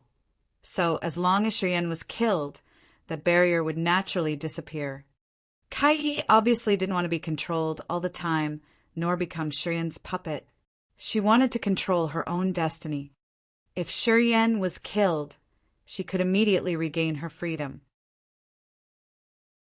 If it were in the past, while Shurian was meditating to restore his strength, she would have never hesitated to take action and would have released a ruthless blow like a thunderbolt to kill Shurian. However, Shurian continually performed his powerful strength. Not only had he broken all of the golden silks, but he also gained the golden silkworm, and even saved them from that fearful land. The power Shurian demonstrated was not something that an ordinary nirvana realm warrior could do. Although Shurian was in a state of retreat, she didn't dare to act recklessly. If she couldn't kill Shurian in one strike and gave him an opportunity to breathe, he would trigger the barrier in her host soul, and thus she believed that she would be killed instantly. Kai was hesitant, considering if she should take the risk or not, but she couldn't make a decision yet. However, at this time, a figure quietly appeared next to Kai. Aiya. Kai covered her mouth, letting out a slight sigh. Her face changed while she quickly glanced at Shurian. After realizing that Shurian had no sign of changes, she was then relieved, quietly moved back closer to Aiya and said with a low voice, "What are you doing here?" "I could ask you the same thing." Aiya spoke up with an emotionless face, threw a glance at Kai and said, "Why do you come here?" Kai gritted her teeth, while her eyes flashed up with some dots of light. She didn't say a word. "It seems our aims are consistent." Aiya stared at Kai intensely and suddenly asked, "You also want him to die?" A beam of hatred flashed up in Tsai's beautiful eyes. She slightly nodded. Aiya didn't say anything further, looked at Shurian from a distance, contemplated a little bit, and then said, "He is not easy to deal with." "I know." Kai smiled miserably. "I was not sure about taking action by myself, but with you, we should be able to kill him at once. This guy is really terrible. He has even seen us." Aya's face changed. She grunted coldly. Kai immediately shut her mouth, hesitated for a moment, and whispered, "Should we do it?" "While he's in his retreat situation, if we join forces, killing him should not be too difficult." But Aiya extended her voice and tightly knitted her eyebrows. "Ningze is still alive, and the Heavenly Palace's people will not easily let this thing go. Entering further into the dark, magnetic, noxious mist, we might see Ningze again. With our current strengths, it will be the same, impossible to defeat them." "What do you mean?" asked Kai with astonishment. "He has to die, but I don't think it should be now. Even if we do not take any actions, the people of Heavenly Palace will not spare him." Aiya thought a little bit and continued, "The 10,000-year golden silkworm is extremely precious. Shurian has taken Ningze's golden silkworm, so how can the Heavenly Palace spare him? I know that entering the dark magnetic noxious mist this time is not simply Ningze's group alone. Wait until we go deeper inside of the dark magnetic noxious mist. If Ningze joins forces with another team, their strength will definitely increase significantly. By that time, we will take advantage of this kid's power, and then we will find an opportunity to—" "I understand," Kai nodded. "You are indeed very wicked and shameless." Aiya coldly looked at Kai, and then quickly retreated without saying another word. Kai didn't linger too long either. She looked at Shiryen with a complicated face for a while and followed after Aya. Chapter 382. I will call the shots from now on. Chapter 382. I will call the shots from now on. Shiryen gradually woke up. The third sky of Nirvana realm. After having understood this state of consciousness and restored his profound chi, his strength finally enhanced one step further, entering the third sky of Nirvana realm. Each strand of soul consciousness in the insight was washed once again, and thus his consciousness became transparent, while his sea of consciousness was like a mirror that reflected all tiny living creatures. The dark, magnetic, noxious mist was a little mysterious. In this place, soul consciousness could hardly exert its effect, and thus he couldn't know how many changes his breakthrough had brought him. However, in the third sky of Nirvana realm, he was clearly aware that he had a deeper understanding of various types of power in his body, and that he also had great progress in mastering different forces in his body. When his state of mind was clear, he now could perform his strength at the ultimate level, reinforce his sea of consciousness, and also give himself a subtle method of controlling his powers. Everything became marvelous. Once the breakthrough happened, his understanding was different as well. At this time, he knew that every time he broke through a new realm, it was not just simply about the growth of his strength. Sometimes the change of realm was even more important than the enhancement of the body strength.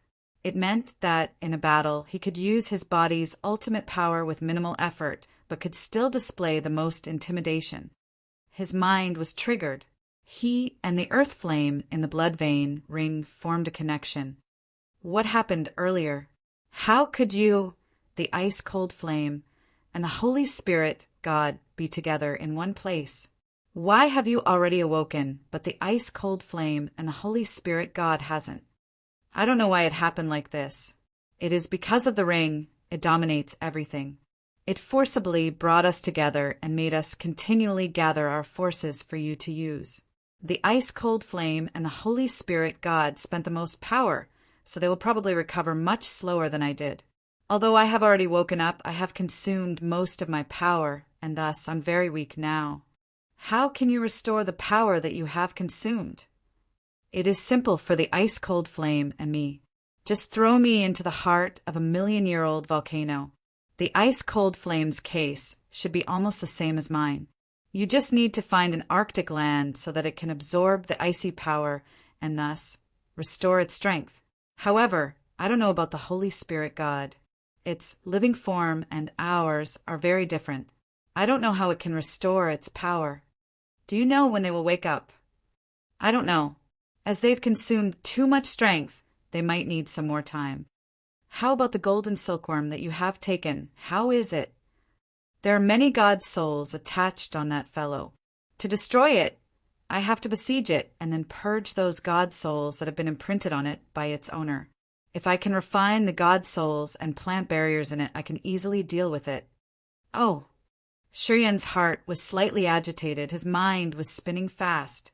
He suddenly said, "If you can entirely dissolve its soul barriers, does that mean that I can control it too? Make it follow my orders? It shouldn't be a problem. If it is so, we can try. You just need to dissolve all the god souls. No need to destroy it. Leave it to me." Okay. There were 2 girls here earlier. I have my own plan. Shiryen pondered and then communicated with the earth flame a little bit before suddenly cutting their communication off and taking out the sky-breaking shuttle. He then connected with its soul. I am commensurate to you. If you want to use me, you have to inject enough power. I need enough strength to tear down barriers. Every time you use me, I will take the strength that you inject, harvesting good parts to enhance my living form. The more powerful the forbids are, the more of your power that I need.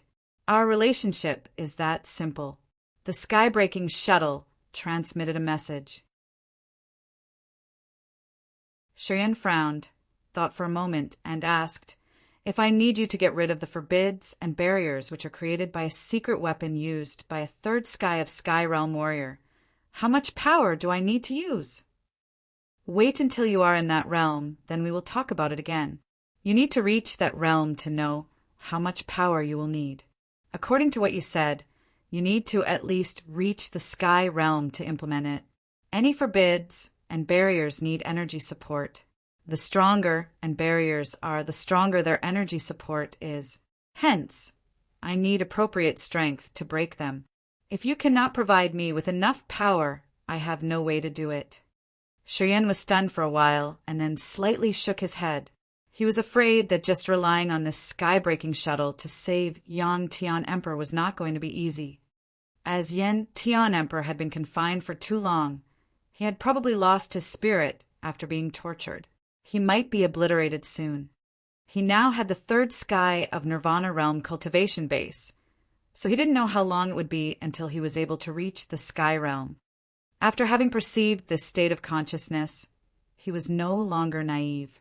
Even if he had the assistance of the mystery martial spirit, it was not easy to have breakthrough quickly. Mystery martial spirit could only assure him not to worry about the profound chi, but to rely on his experience to be able to understand the state of consciousness. The realm breakthrough, understanding of the state of consciousness, and profound chi were all indispensable. Thus, mighty profound chi alone was not enough. Thinking about this, he just let out a helpless sigh as he had lost his impulse to save Yang Tian Emperor.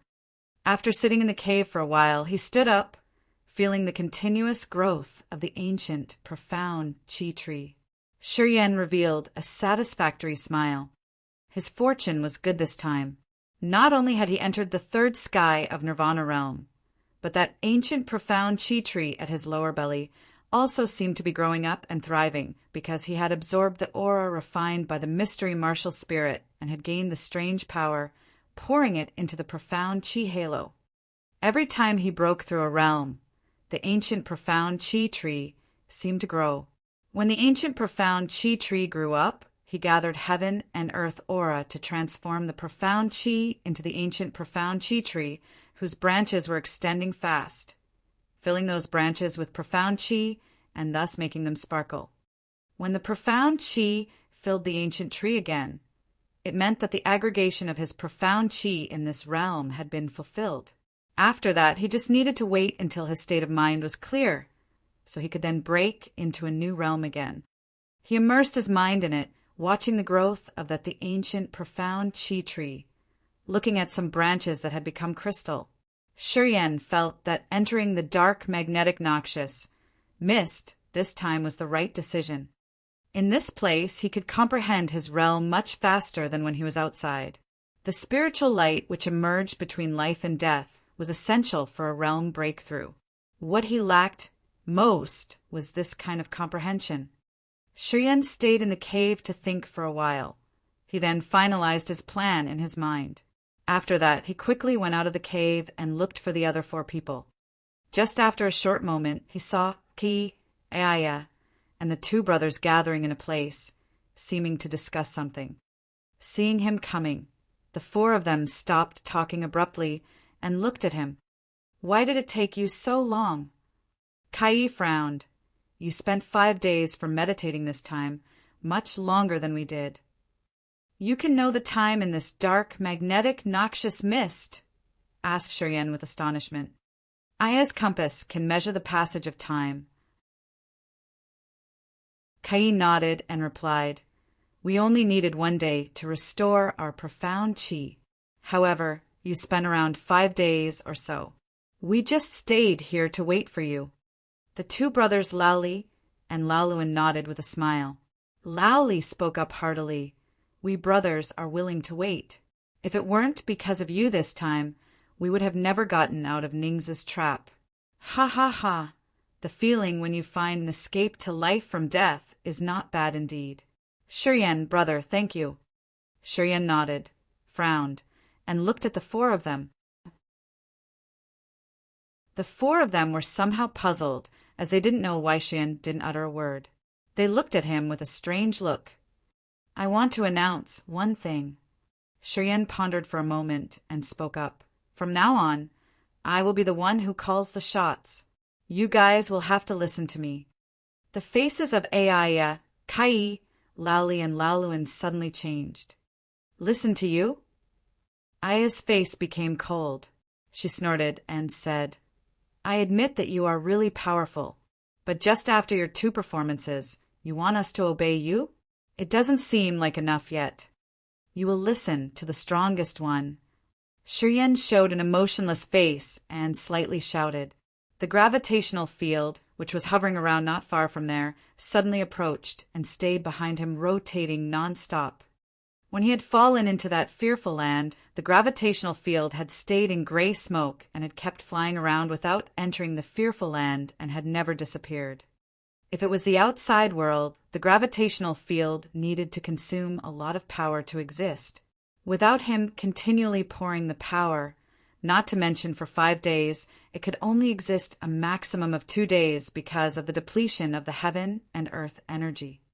However, this dark magnetic noxious mist was extremely enigmatic. The gravitational field became marvelous in this place.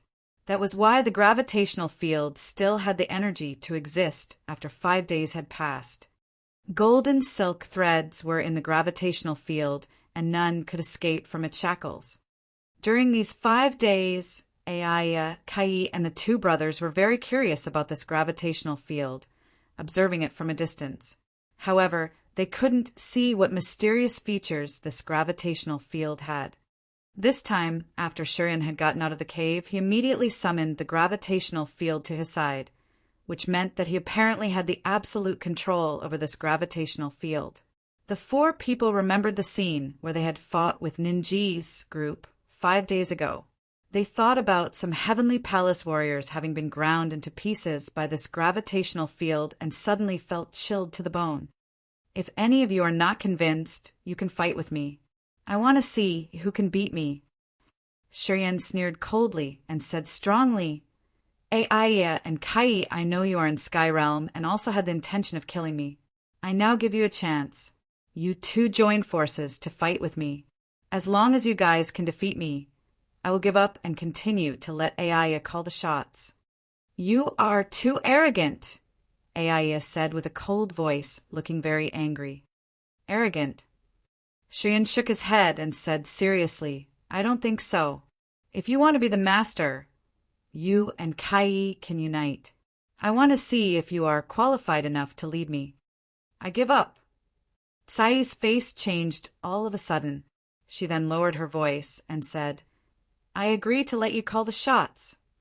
We also agree. Laoli and Laoluin spoke up at the same time.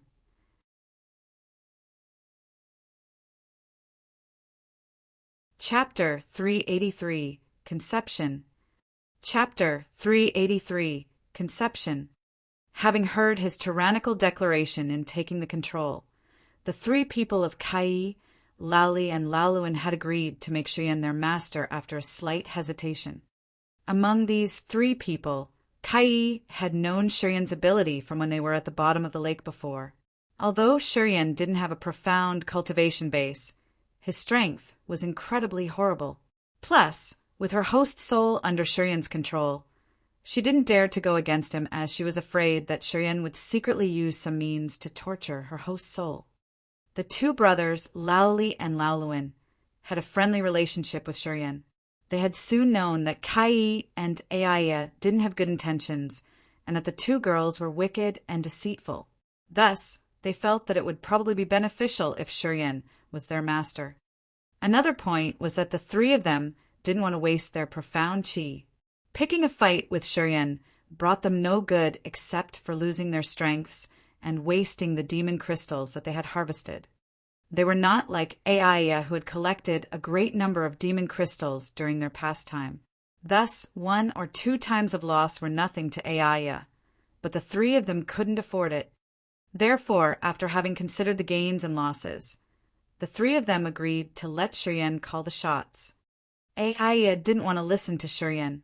After the other 3 had agreed, she still gritted her teeth, coldly looked at Shiryen, and said determinedly, I don't think you are qualified to lead us. Your origin is unknown. You are not a warrior of our divine land, and thus cannot have a clear understanding of our situation. If you do something wrong, we will have to bear the consequences when we return to the divine land. Bear the consequences? Shiryan burst into laughter. His face then turned cold as he stonily said, I will let you bear the consequences now. His mind was slightly triggered. Shiryan's 2 hands stretched out and pressed down toward Ayaya. The life and death seal changed. The life seal was in his right hand and the death seal was in his left hand. The 2 huge, sparkling handprints suddenly gathered and formed a violent life and death seal attacking Ayaya.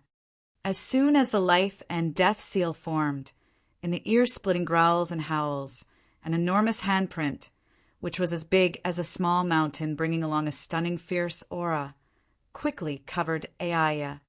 Aya's beautiful face changed dramatically. She subconsciously moved backward a few steps, quickly released a protective halo around her, and threw out a coin. Great pervaded money. When Ayaya shouted slightly, for ancient words on the coin flew out altogether. Each ancient word swelled open in the air, emitting dazzling golden lights like golden stars. The holes amid the coins abruptly shot out brilliant lights toward the life and death seal. This great pervaded money was Aya's sacred-level secret treasure, which had been personally refined for her by the master of Baidicity. This great pervaded money carried the meaning of wealth. Whether it was the human world or the world of warriors, wealth was the cornerstone of money flow. Money always plays a vital role in both worlds. Money is the foundation of society. Through the entire historical civilization, the word money could be described as invincible. Money could buy all and affect the entire civilization. The 4 radiant ancient words on great pervaded money, which contain the meaning of money, suddenly dispersed and dashed toward Shiryan. Before the 4 ancient words came close to Shiryan, the conception from above had already affected him. In just a blink, Shiryan's mind and sea of consciousness seemed to be influenced by wealth. When this word money jumped into his sea of consciousness, wealth and Upanishads in his sea of consciousness surged up as if it wanted to make his host's soul become a slave of money for his entire life. During the cultivation, Sky Realm warriors needed to comprehend all kinds of miraculous conceptions and then add the esoteric Upanishads in attacking, and use secret treasures to enhance the power of secret treasures and martial arts, making them have a role in affecting people's sea of consciousness. These were the fundamental differences between Sky Realm warriors and ordinary Nirvana real warriors. A bunch of money light shot out from the hole amid Aya's coins, crashing toward the life and death seal. An esoteric conception of cycles of dying and giving birth to creatures suddenly spread out from that life and death seal. Life and death conception burst out toward the money light. At the same time, Shiryan's sea of consciousness also slightly woke up, consigning his mind to the life and death seal, using the conception in the life and death seal to resist the money Upanishads. When life came to death, money or secret treasures all became drifting clouds, and death was the end of it all. As the saying went, the dead was like a light going out, for we couldn't bring money into this world, nor carried with us at death. The Upanishads of this life and death struck Aya's comprehension of money's supremacy into pieces. A bundle of money light, and the 4 conceptions couldn't resist the marvelous life and death conception on the life and death seal. All the money Upanishads were crushed and scattered. The life and death light directly suppressed the gold money light. The life and death seal's power didn't diminish. It covered Ayaya again, aiming for her defensive halo. After a burst of twists and turns, Aya's defensive halo broke out into countless dots of light. This blow also struck Ayaya dozens of meters away, and it was very hard for her to stop. A mouthful of blood trickled from the corner of her mouth, while the light in her eyes slightly darkened. After entering the third sky of Nirvana realm, Shiryan vaguely had a grasp of the marvelous concept of martial arts and secret treasures. It seemed that any attack and secret treasure could be attached to the previous conception, which then helped enhance the power of the spoken martial arts and secret treasures. Although the life and death seals Upanishads that he perceived were superficial and couldn't make the great, terrific break of life and death just yet, it still had the upper hand when fighting with that dumb Aya. Feeling the marvelousness that the conception brought him, Shiryan chuckled and suddenly urged his star martial spirit. Clusters of bright stars, like pearls, darted out from his palms. 7 stars formed the asterism of the Northern Dipper and contained the ancient immortal essence of the conception, heavily falling onto Aya. Before entering the dark, magnetic, noxious mist, he had been trying to comprehend the mystery of the stars, watching the existence of the stars in the world of extinction, and had made some gains. This time when he had entered the third sky of Nirvana realm, he suddenly realized the marvelousness of the conception for all kinds of martial arts. Once resorting his mind, which he had consigned to that 7 stars of the Northern Dipper asterism, his sea of consciousness shook violently and turned to be like a mirror, mapping out the trajectory of the 7 stars of the Northern Dipper, using the star's operation to apply itself to the star map. A kind of miraculous immortal heaven and earth Upanishads suddenly spread out from the asterism. Aya, who was covered by the 7 stars of the Northern Dipper, watched the asterism slowly pressing down and had an illusion of her own. She reluctantly faced the star map while her profound chi seemed to be affected by the conception. Star intent, domain true essence. The faces of Kai, Laoli, and Laoluin slightly changed. They all screamed out loud together, looking at Shiryan in panic. "Are you a member of the divine, radiant cult?" The exclamation of the 3 people Kai, Laoli, and Laoluin distracted Shiryan's mind and made his momentum slow. The star intent domain true essence that attached to the star map was immediately affected. That mysterious conception suddenly disappeared from the star map, and because of the disappearance of that conception, the 7 stars of the Northern Dipper's intimidation was greatly weakened all of a sudden. Aya's feeling of weakness and helplessness was immediately gone as she was no longer affected by the conception. She calmly moved away from the star map, reached out and pointed at the star map. The sacred level, secret treasure great, pervaded money was swung up, and the money conception once again played an all-conquering role, crushing the star map which had lost its state of consciousness. As you haven't reached the sky realm, your understanding is still too shallow compared to the conception, and you couldn't grasp the terrific function of conception for martial arts and secret treasures. When your own body is affected, the conception immediately disappears from martial arts.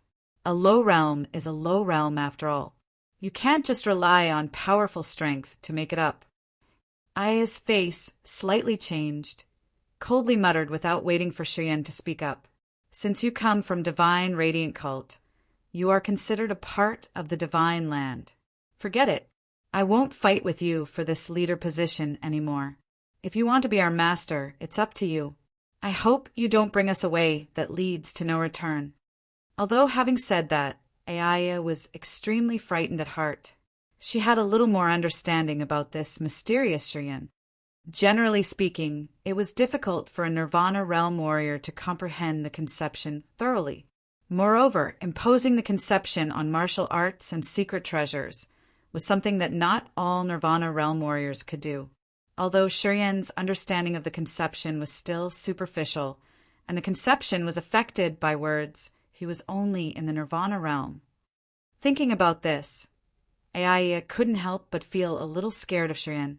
She knew that if Shiryan entered the sky realm and really mastered the magic and power of conception, she would definitely have more of a chance of getting killed fighting with him. She didn't know what other secret techniques that Shiryan still had to increase his strength. She was afraid that if she knew them, she would be even more afraid of confronting him directly. The conception disappeared. The star map's power was greatly reduced, and was cracked by Aya. Shiryan froze on the spot. His face expressed a trace of suspicion after hearing Aya admitting her fall. He looked at the three people of Tsai's group, frowned, and asked, "Divine Radiant Cult? What are you talking about?" "You performed the Star Intent Domain True Essence, which is from the Divine Radiant Cult. Only through the martial spirit of the Divine Radiant Cult could you have a profound understanding of the conception of stars moving. Not only did you release the miniature stars, but you also added the conception into them. So, if you are not from the Divine Radiant Cult, where are you from then?" Kai pouted and said. Laoli and Laoluin also nodded together. "Divine Radiant Cult?" Shiryan shook his head. "I have never heard of this sect. Is it in the Divine Land? What is so strange about this sect?" Divine Radiant Cult is the most ancient force of the Divine Land, one of 7 ancient factions that understand the use of light power. The sun, the moon, and the stars are all the sources of light. Divine Radiant Cult has many magical Upanishads, which come from these 3 great sources of light. You previously cast the Star Intent Domain True Essence, which is one of the Divine Radiant Cult's conceptions. On Divine Land, only people of the Divine Radiant Cult can understand this conception.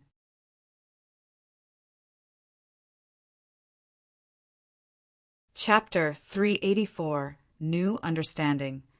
Chapter 384, New Understanding. After explaining in detail, Kai immediately looked at him with surprise.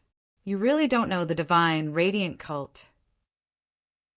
"This martial spirit of mine comes from the 3 gods sect in the Endless Sea. That 3 gods sect has 3 gods of the sun, moon, and star. This star martial spirit of mine is just the star inheritance. I don't know Divine Radiant Cult. This is the first time I have heard of it," said Shiryan with doubt. "That's right." Laoli also smiled. "In Divine Radiant Cult, there are also 3 gods of the sun, moon, and star.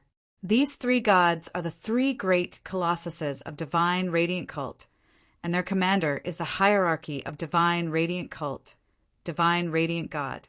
The 3 gods of the sun, moon, and star are those who are under only one, but above tens of thousands of people. You have comprehended the star conception, which comes from the star god, then you are naturally a disciple of Divine Radiant Cult." Shiryan's eyes and mouth were wide open. After having listened to the explanation of Kai and Laoli, he understood immediately. The people of Aya's group had said that the Endless Sea's predecessor warriors were all from the Divine Land. It seemed that the 3 god sect ancestors should be warriors of Divine Radiant Cult. Because of some special reasons, Divine Radiant Cult's magical Upanishad had been transmitted to the Endless Sea from dark, magnetic, noxious mist and had gradually formed the 3 god sect. It seemed that the 3 god sect should be a branch of Divine Radiant Cult, a part that belonged to Divine Radiant Cult. The Divine Land was the center of the Grace Mainland, the source of all warriors and supernatural Upanishads. This was not wrong at all to say so. No wonder why Yi Zhangfeng had said that he was the expelled disciple of Spirit Treasure Sect, and that Spirit Treasure Sect of the Endless Sea was actually a branch of Spirit Treasure Sect. He also mentioned that the Spirit Treasure Sect's ancestors also came from the Spirit Treasure Sect of the Divine Land. Shiryan was suddenly enlightened and finally knew the connection between the Endless Sea and Divine Land. The way you see martial spirits is not different from ours in the Endless Sea. Shiryan hesitated a little bit before speaking up. In the Endless Sea, martial spirits are extremely precious and innately owned by warriors. When a warrior is born, his martial art is determined. In the Endless Sea, martial spirits were precious to warriors. Many forces and families who select warriors would seek for warriors with these kinds of martial spirits. Martial spirit is the fundamental foundation of a warrior. What do you think about this? Aya, Kai, Laoli, and Laoluin exchanged looks while displaying a trace of disdain on their faces, then shook their heads all together. Shiryan raised his eyebrows. From the 4 people's eyes, He felt that his own understanding of martial spirits might be a little bit shallow. Indeed, Lowly chuckled and quickly explained, "Martial spirits are not as mysterious as you guys have imagined. In fact, the so-called martial spirit is only some kind of martial art Upanishads and is not that magical. We cultivate many martial arts, and it is a way of using the power of heaven and earth. Martial spirit is a kind of martial art Upanishads." Shiryen shook his head with a puzzled face. "In our divine land, there is an ancient school that specializes in studying martial spirits. Perhaps Endless Sea might have it as well. This ancient school is called Martial Spirit Palace. Their views on martial spirits are the general views of the divine land's warriors." Kai revealed an indifferent smile. The understanding of Endless Sea's warriors toward martial spirits is too shallow. You guys think that martial spirits are too mysterious or too important. Oh.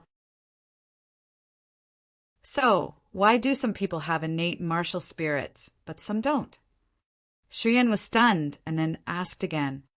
The fact that some people are born with innate martial spirits is because one of their ancestors had reached the true God realm. Kai didn't hide any of these common sense things of the divine land.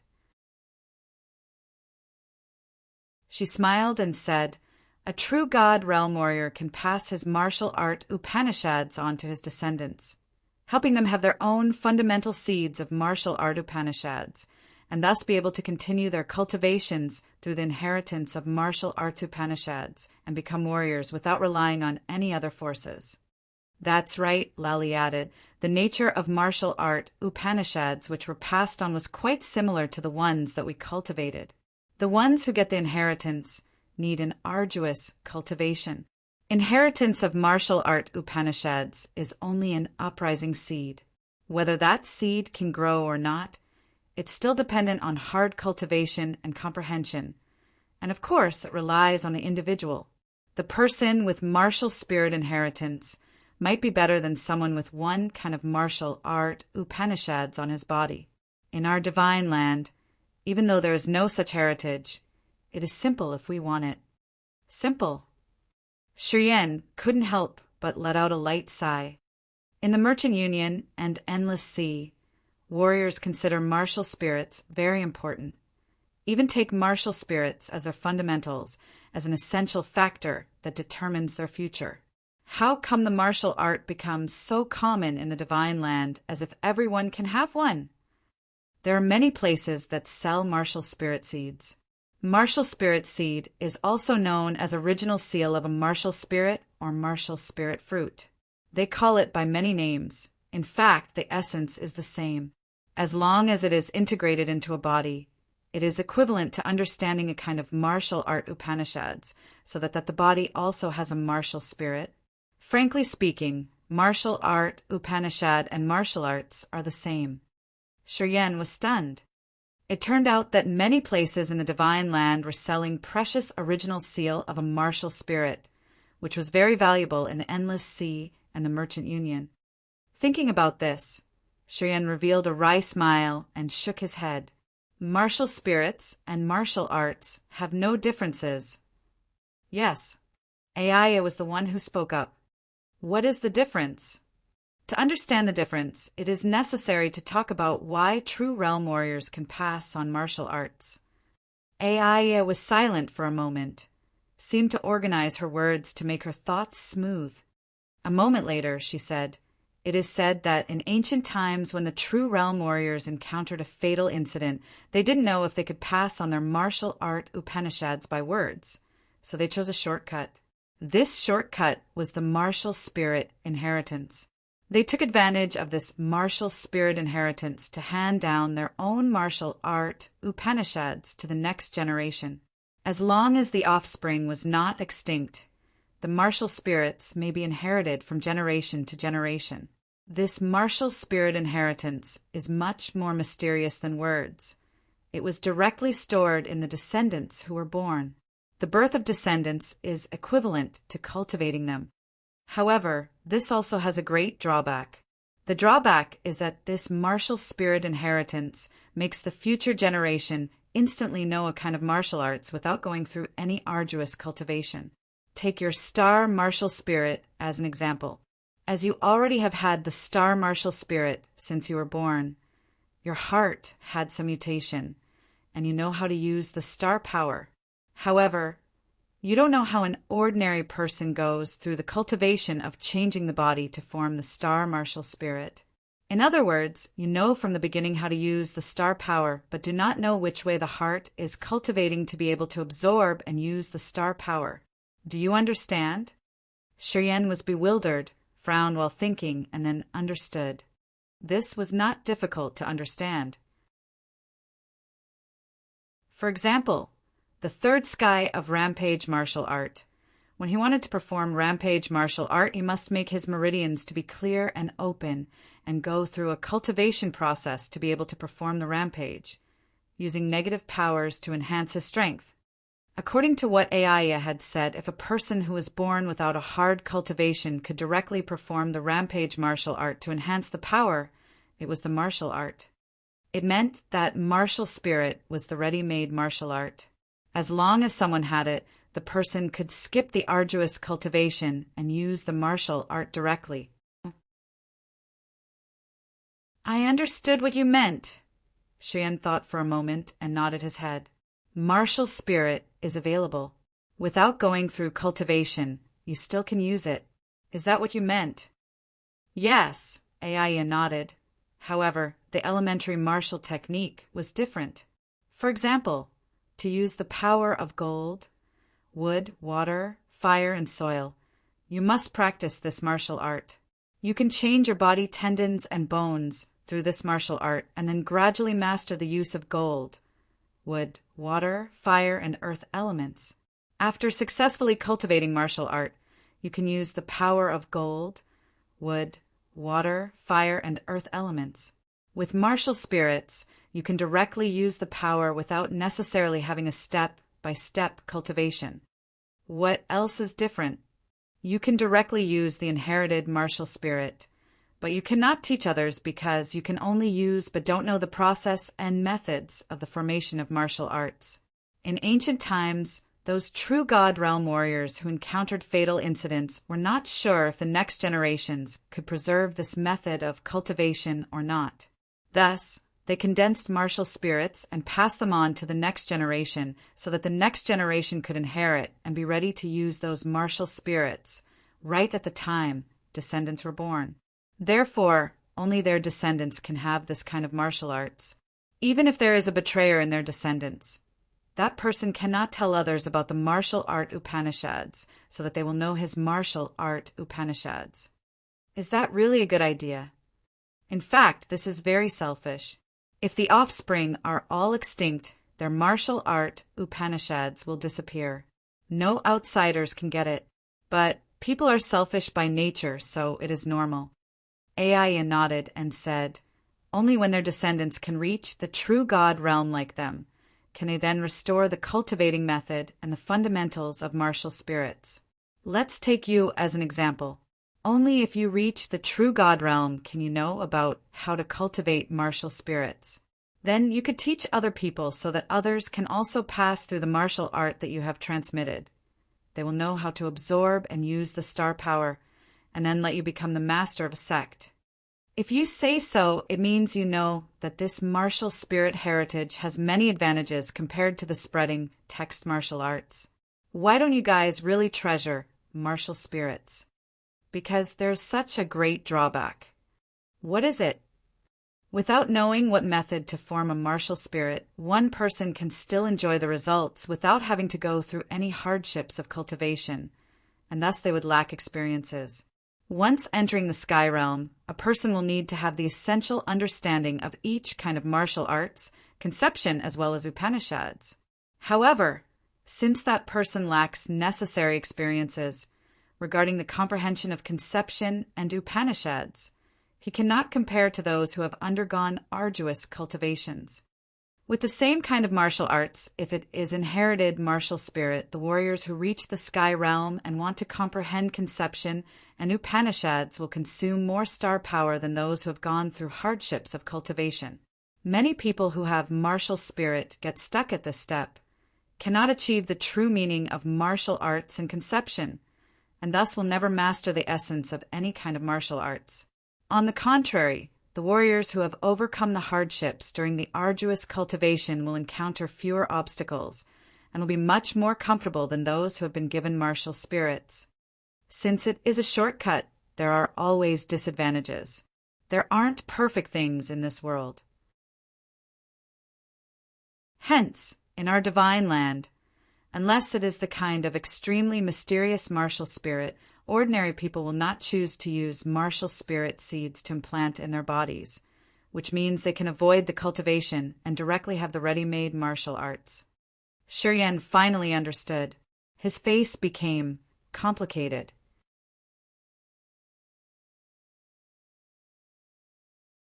Chapter 385 Arrival. Chapter 385 Arrival. After Aiya, Kai, Laoli, and Laolin realized that Shiryan had the star martial spirit and noticed the relationship between Shiryan and the divine radiant cult. It was unknown why they were cautious when looking at Shiryan and no longer underestimated him. Even in the divine land, the reputation of the divine radiant cult was like thunder, as it was not inferior to the Merchant Union or Empyrean. No matter how mighty a warrior was, if he did not have a good background, those guys who were born with noble status would look down on him.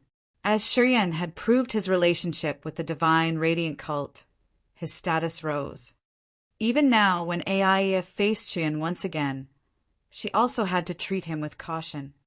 After having determined Shiryan to be their leader, the four of them no longer disputed.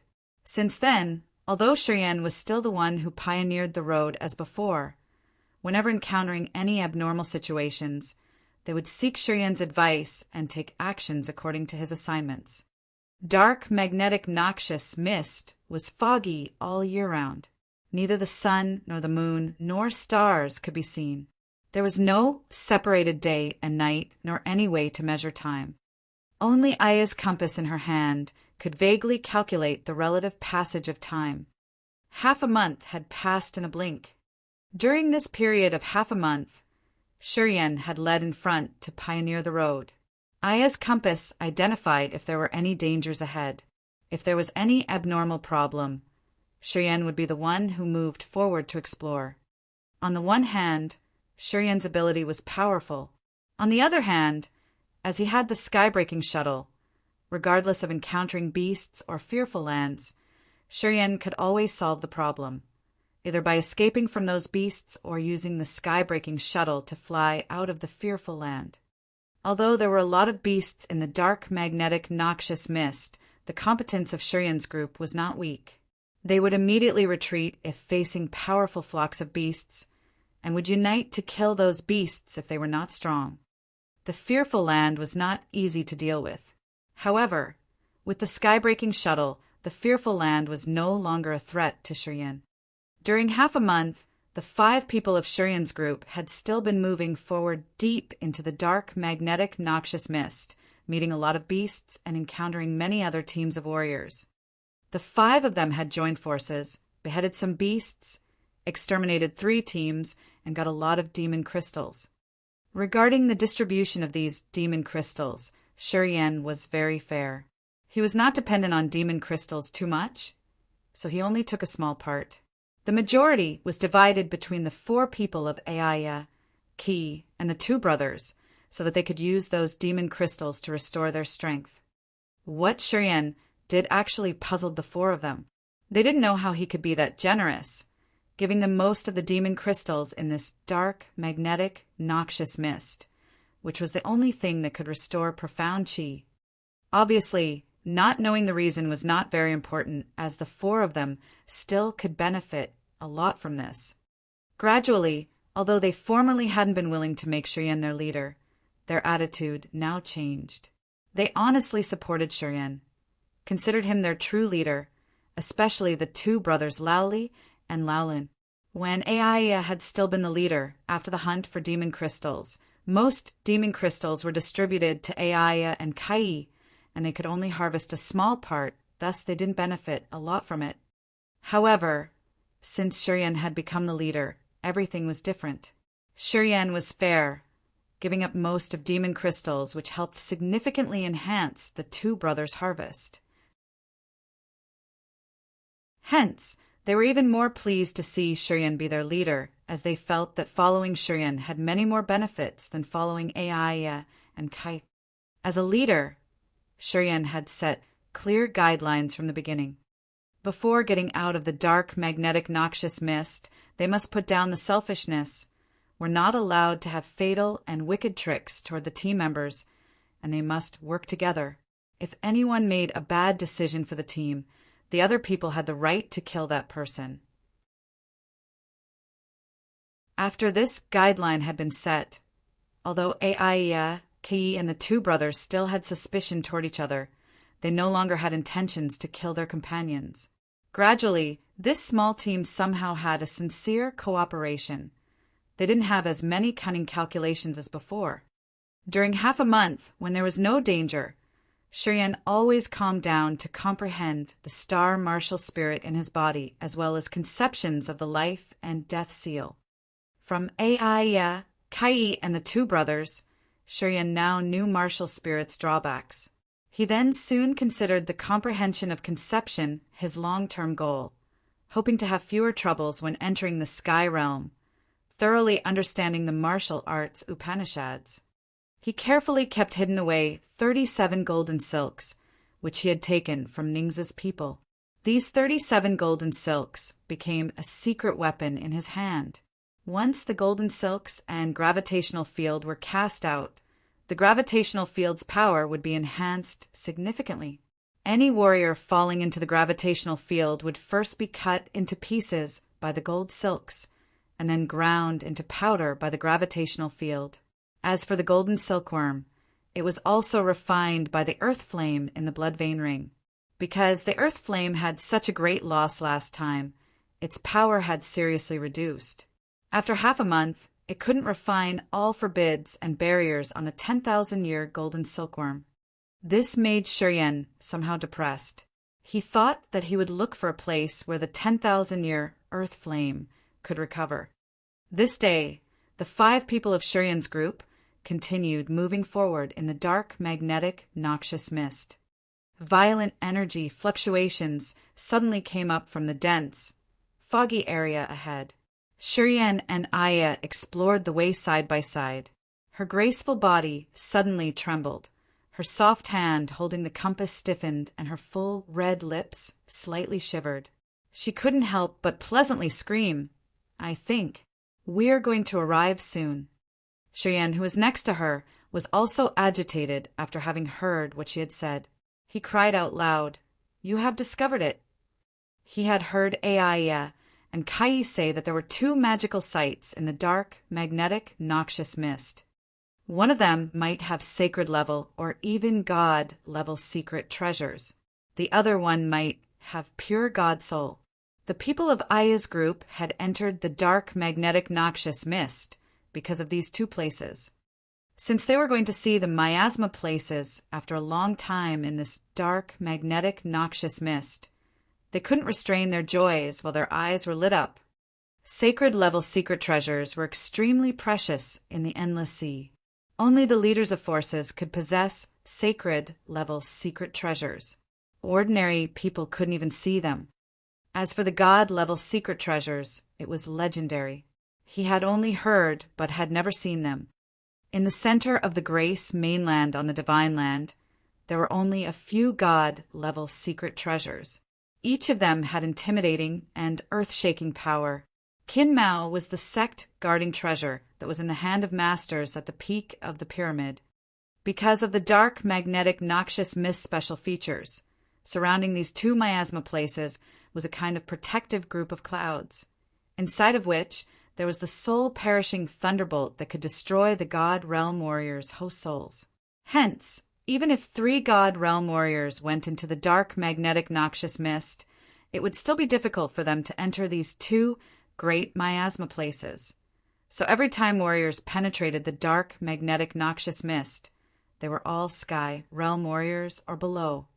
If there weren't the soul-perishing thunderbolt outside the 2 miasma places, top-class warriors of the 3 god sect in the Divine Land would come here in person for those god-level secret treasures. They would compete to obtain secret treasures and pure god soul in these miasma places with the purpose of enhancing their own sect's power. Only if this was true, the warriors in the Nirvana, or Sky Realm like Shen, then could have a chance to enter these 2 great miasma places and harvest secret treasures and god soul. After Aiea had slightly screamed, her slender fingers quickly dialed the needle of the compass. The needle of the compass in her white hand kept spinning. Flickering blue lights splashed from the compass like fireflies flying around the compass, making the compass very brilliant. Not long after that, those blue lights splashing everywhere suddenly gathered outside the compass and faintly formed a phantom. That phantom was ambiguous and surrounded by thick gray clouds. Purple snakes meandered out of the gray clouds, blooming amazing electric lights. Soul-perishing thunderbolt! Aiea screamed out again, forced a faint smile, and then said to Shiryen, "Seeing the soul-perishing thunderbolt means that we have found miasma places. We have finally arrived." Since Shiryen had met her until now, he had never seen her smile. But now the corner of her mouth had already revealed a faint smile. Her cold momentum suddenly disappeared and instead gave people a fresh and moving feeling. She was like a group of frozen flowers that exposed their true beauty after the ice had melted away. Looking at Aya's faint smile from the corner of her mouth, Shiryen was stunned. He was startled a little bit before speaking up. "In fact, you look better with your smile than your previous indifferent look. You should smile more often." Aya instantly stopped smiling. Her beautiful eyes showed a weird trace. She coldly looked at Shiryen, grunted, and then lowered her voice. "Who needs you to care?" Shiryen didn't get angry, shook his head, and coldly said, "Less pretending to be noble in front of me. It's not like I have never seen your body without clothes." "Shiryen!" Aya's face changed. She screamed an ear-splitting sound, showing her icy look, and said, "I will deal with you sooner or later." "I am so afraid." Shiryen sneered and apparently was not scared at all. At this moment, the 3 people of Kai and the other 2 brothers all were wearing joy on their faces after having heard Aya's screams.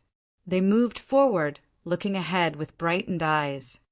Aya was about to open her mouth, continuing to say something, but seeing the other 3 people coming, she then just grunted and aggressively stared at Shiryen. Quickly turning the compass toward the 3 people of Kai, she restored her coldness and then said, "We arrived. The moving gray, foggy area ahead should be one of the miasma places. I have seen the soul-perishing thunderbolt there." Kai and the 2 brothers were overjoyed and burst into laughter altogether. "We are certainly not the first ones here. In that miasma place, there must be other teams who have come here sooner. Are you well prepared? Once entering that miasma place, we will have to face many powerful forces from every direction. No one can be sure if we can get out of there alive or not. Are you ready?" Aya coldly asked. The smiles of Kai and the 2 brothers suddenly faded away, and their face darkened. They silently nodded. "I think we should first recover, wait for our power to restore completely, and then we can go into that miasma place," Shiryen suggested. The other 4 people nodded, found secluded corners for themselves, and then used demon crystals to restore their profound chi, enhancing their body to its peak state.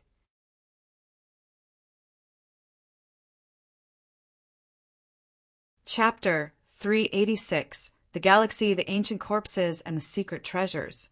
Chapter 386: The Galaxy, the Ancient Corpses, and the Secret Treasures.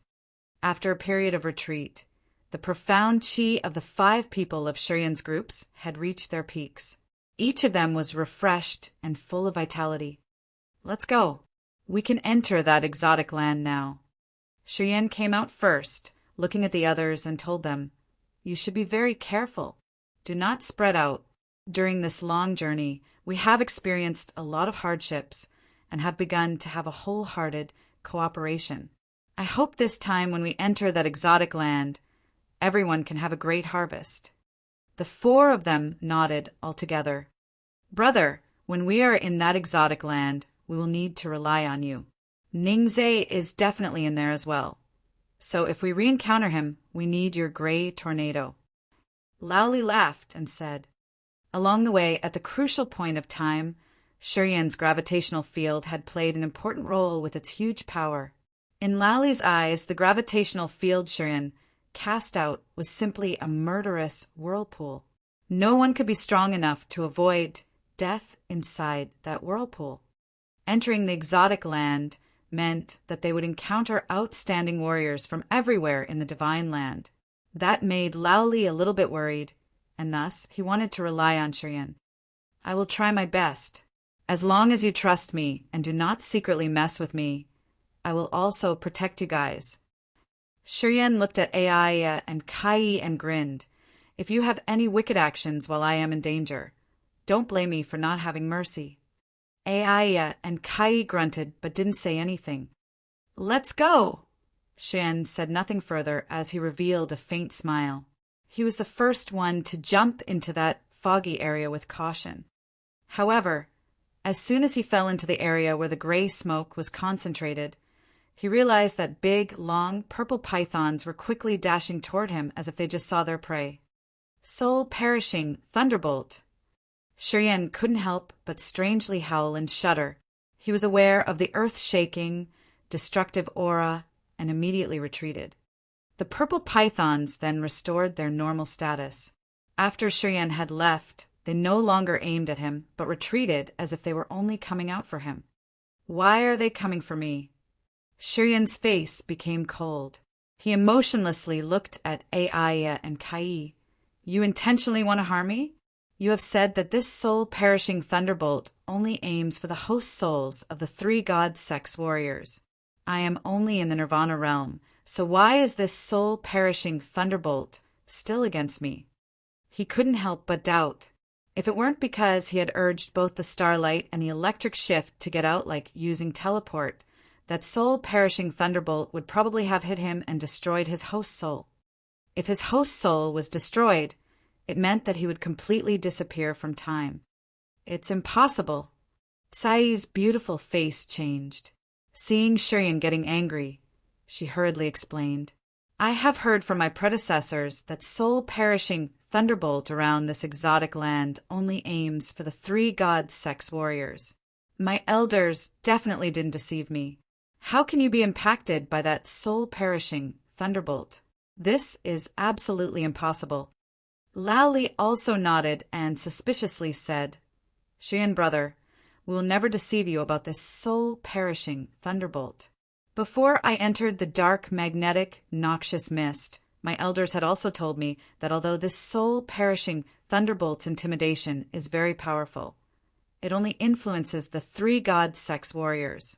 How can you also be affected?" "I didn't lie to you," Aiya coldly hummed and said. "Before we got out of the exotic land, you play a very important role. We can't just ignore the whole situation to harm you." After talking, Aiya carefully entered that gray, foggy area. Those big, long, purple pythons twisted and emitted horrible lights, as if they could destroy all souls.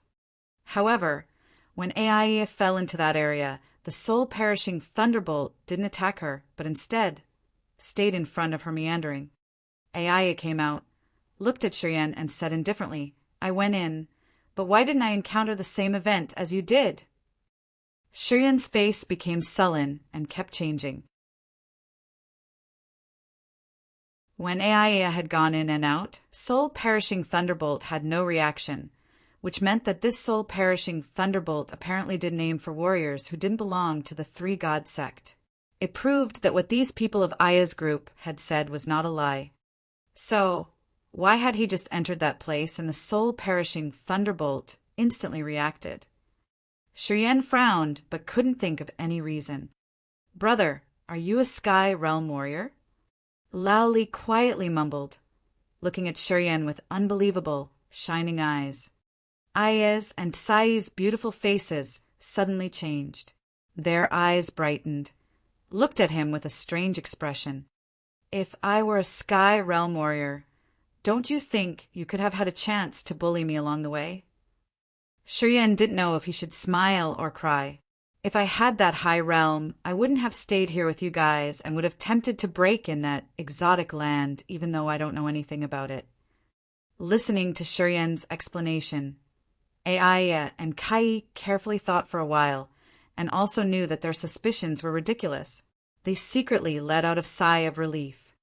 If you are not in the Sky Realm, your host soul is obviously like an ordinary person. Is it so? Kai hesitated a little bit, while her beautiful eyes were full of strange lights.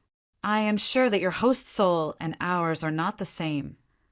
Aya and the other 3 people looked at him. Shiryen was stunned while his eyes flickered. He instantly remembered the 9 serenities, soul-devouring flame, and his host soul had fused together. This 9 serenities soul-devouring flame was the heaven flame, which had a devilish power to burn up souls. Is it somehow related? As he didn't speak up, Aya's group was even more certain about this and looked at him with terrified eyes. After a long while, Shiryen nodded, sprinkled with a smile, and said, "Maybe you are right. My host soul was a bit unusual indeed. I should have wronged you. This is my own problem. All right, you guys go ahead. I will find you guys later. Once you enter, that soul-perishing thunderbolt will not spare you. So, how will you come in?" "No worries, I have my own way." Shiryen confidently looked at that smoky gray area.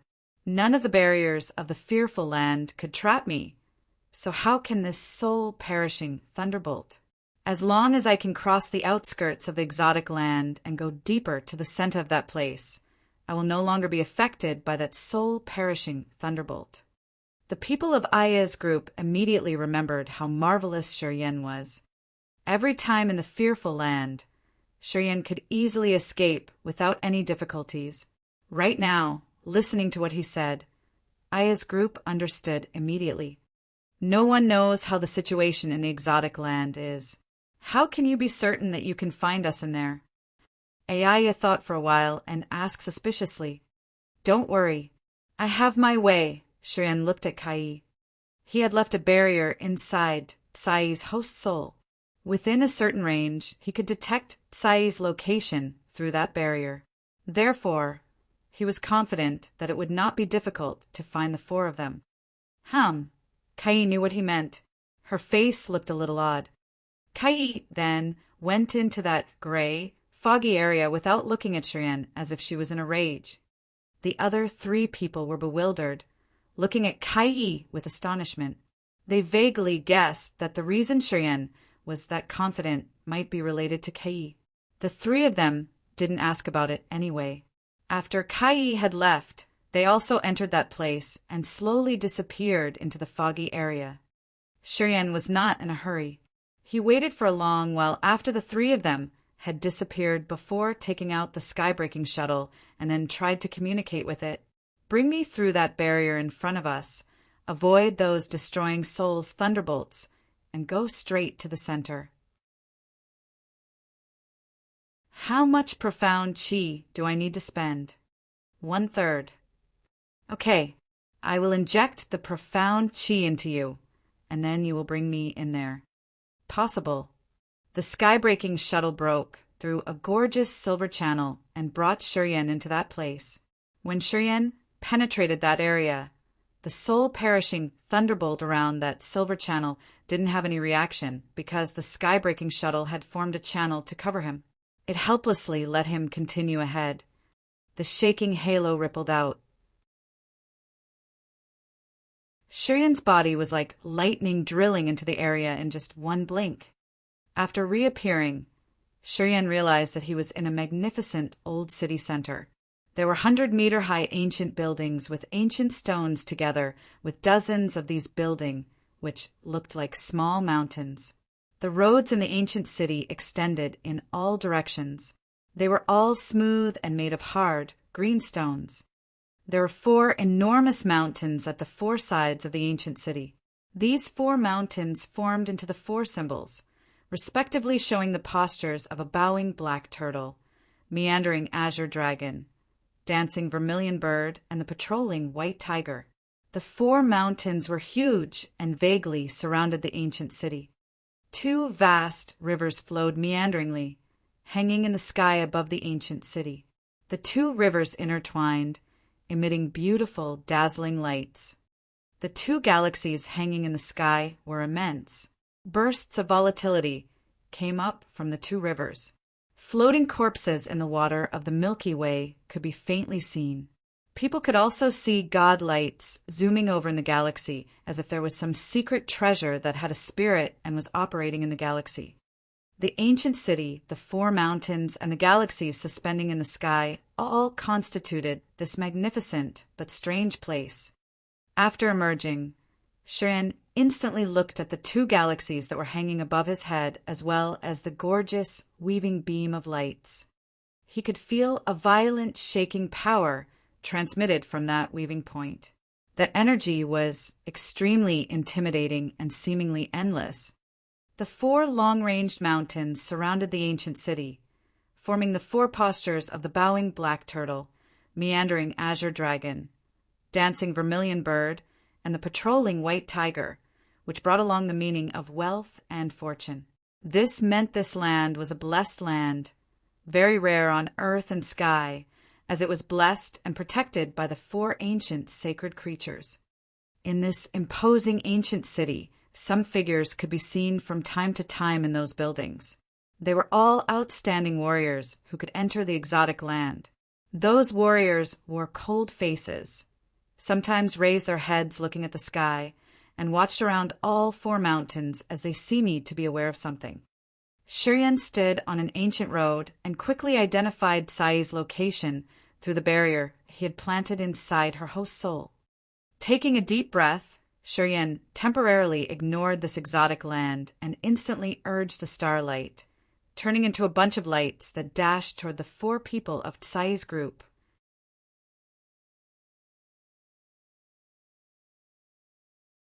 Chapter 387 7 Ancient Factions. Chapter 387 7 Ancient Factions. Standing in a stone fortress, Ai, Kai, Lao Li, and Lao Luan frequently looked into the distance, waiting for something in silence. Can he find us and come here? It has been a long time. If he doesn't come and we encounter Ning Zhe, we will surely be very passive. Lao Luan took out a handkerchief to wipe his gloves as he sometimes raised his head, looking ahead, frowning and muttering. Ai's jade-like hand played with her great, pervaded money as the small coin rolled back and forth between her slender fingers. Some golden lights occasionally blossomed out of the hole in the coin. He should be able to find us. After hearing Lao Luan mumble, Ai threw a glance at Kai and then asked, "Is it so, Kai?" The 2 brothers looked at Kai with an astonished expression. Kai hummed while her beautiful eyes turned pale. She gritted her teeth but didn't say anything. "Is there something that happened between you and Shiryan? If not, how come when he said he could find us, he gave you a look?" You didn't notice her face changing while the coin in her hand suddenly stopped rolling. "He did something to your body, didn't he?" Kai's face changed. The pupils of the 2 brothers shrank. Their eyes bloomed out a bunch of light with a look of shock. "Don't put your nose into my business." Kai pouted. Her red lips shivered as she said coldly, "In short, he will be able to find us. You don't need to worry about it." "I know," nodded Aya. "You know what?" Right at that time, Shiryan's chuckle suddenly came up from outside. At the corner of the road, Shiryan appeared with stars circling his body and then flew up, coming to the side of the group. "Ha ha ha, you finally came in. I was worried that you wouldn't have been able to go through that gray, foggy area outside. Lao Li was very happy when he saw him coming. He burst into laughter and said, "Without you, I don't know why I feel insecure in my heart. It's good that you came. My mind is at ease seeing you here." Lao Luin also nodded with a smile. Only Kai Yi frowned slightly. She couldn't help but feel irritated when she remembered the barrier that Shi Yan had left inside her head. "Why did you come here so late? With your ability, you should have found us very fast. Had you encountered something?" "No," Shi Yan shook his head. "After I got in here, I observed around a little bit and realized that this ancient city is pretty bizarre. Its surroundings are 4 imposing mountains, and 2 intertwined galaxies are hanging in the sky. I don't know who could create such a strange and enormous place in this dark, magnetic, noxious mist. I have heard that it was a god-level blacksmith." AI slightly slammed her eyebrows together. "Everything, including this dark, magnetic, noxious mist, is that god-level blacksmith's autograph." "I have also heard about this," Lao Li nodded. "The 2 great miasma places in the dark, magnetic, noxious mist only open once every 60 years. Normally, outside these 2 miasma places, there's not only the soul-perishing thunderbolt, but also other powerful barriers. The soul-perishing thunderbolt aims for the 3 god sex warriors. However, the other barriers are against us, Nirvana Realm and Sky Realm warriors. We don't daringly break into the places when it's not the time for them to open yet. Almost no one can bear those barriers' bombardment, and they will end up with their souls perished." Shi Yan was stunned. That's right. There was this argument indeed. Kai Yi nodded and continued. "We have calculated the time precisely when we must come here this time. Otherwise, we would not have dared to penetrate this place. What kind of situation are the 4 mountains and those 2 galaxies?" Shi Yan was startled and suddenly asked, "Have your predecessors talked about the environment here and how dangerous it is?" "The corpses on the galaxy should be the warriors who entered here before. It has been said that sacred-level secret treasures of this miasma place come from the galaxy. Regarding the 4 mountains, it seems to protect the ancient city. I have heard some people say that once the galaxy mutates, the 4 mountains will also change accordingly, and many kinds of dangers will appear." AI looked solemn while she talked to everyone. "Always pay attention to the galaxy above your heads. Be careful with the 4 mountains around. This ancient city seems to be a god-level place where that blacksmith used to stay. That guy stayed inside here, establishing his own sect and recruiting a lot of disciples. It is unknown why everyone in here is dead, and that blacksmith also disappeared without leaving a trace, except for some secret treasures in the galaxy above. This place is quite mysterious. That galaxy certainly has a great danger, and the 4 symbols mountain range surrounding us will not be motionless like that forever." Everyone nodded at the same time and got gradually more attentive. "Have you seen any other groups of warriors on your way here?" Kai Yi looked at Shi Yan. Those warriors are hiding in the center of the castle. Only 1 or 2 people paid attention to the surroundings. On the way here, I met some who are all at least in the 3rd sky of Nirvana Realm." Shi Yan contemplated. "It seems that it is not just us who have entered here. Those people surely had to overcome many obstacles and dangers to come here, so they must not be easy to deal with." "It is certain," AI confirmed. "Every time the dark, magnetic, noxious mist opens, it attracts a lot of forces and sects of the Divine Land, the Pure Land, the Divine Radiant Cult, Martial Spirit Palace, Heavenly Palace, Spirit Treasure Sect, the Devil Valley, and the Fighting Union. These 7 great ancient factions, together with other emerging city powers, will send their warriors over with the same purpose, which is to collect the secret treasure and the pure god soul of the miasma places." On the way here, through AI Yez Group, Shi Yan knew that there were a variety of warrior schools, many powerful city powers, as well as a lot of secret places in the Divine Land. Among them, the 7 great ancient factions, the Pure Land, the Divine Radiant Cult, Martial Spirit Palace, Heavenly Palace, Spirit Treasure Sect, the Devil Valley, and the Fighting Union, could be described as the most ancient and powerful forces of the Divine Land. Each of these 7 great ancient factions had tens of thousands of years of history. Talented people had firmly occupied this fertile Divine Land, which had the best resources for cultivation. Besides the 7 great ancient factions, Divine Land also had a lot of other large countries. Some of them were secluded families that had lasted for thousands of years, and some were secret, fearful lands, which were not to seen or found easily. The relationship of Divine Land's warriors was much more complicated than that of the Endless Sea. The territory of Divine Land was immense and almost boundless. According to Aya and Kai-E, they were from White Emperor City, which was just a city controlled by the Fighting Union. White Emperor City was a big city of the Fighting Union with a population of millions of people. It covered an area which was much bigger than the Kiara Sea of Endless Sea and had more than hundreds of warriors with all kinds of levels. There were dozens of small countries which were under White Emperor City's control. In each of those small countries were all kinds of precious cultivation resources.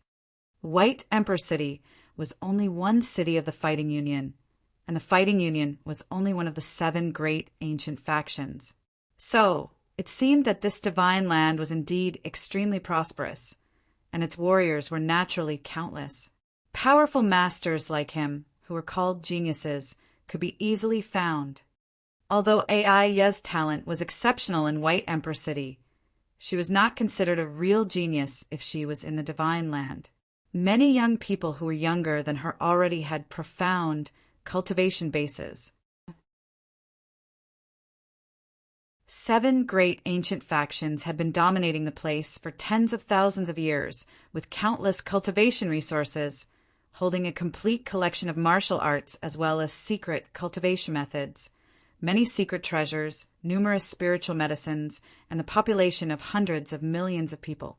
With such a huge population, even if the existence probability of brilliant warriors was tiny, at least they could still have roughly 10 marvelous warriors. In the territory of the Divine Land, the kinds of secretly dangerous, odd areas were countless, and they were not much different from this dark, magnetic, noxious mist. Almost every month or every day, those 7 ancient factions and other forces would command their warriors to travel to the dark, magnetic, noxious mist. On one hand, it was to sharpen the cultivation base of their warriors, and on the other, it was for them to collect all kinds of scarce materials to find and kill some strange, wicked beasts or to kill enemies' masters. Divine Land's forces were everywhere, creating a huge network in this vast land. Their power spread out in every corner.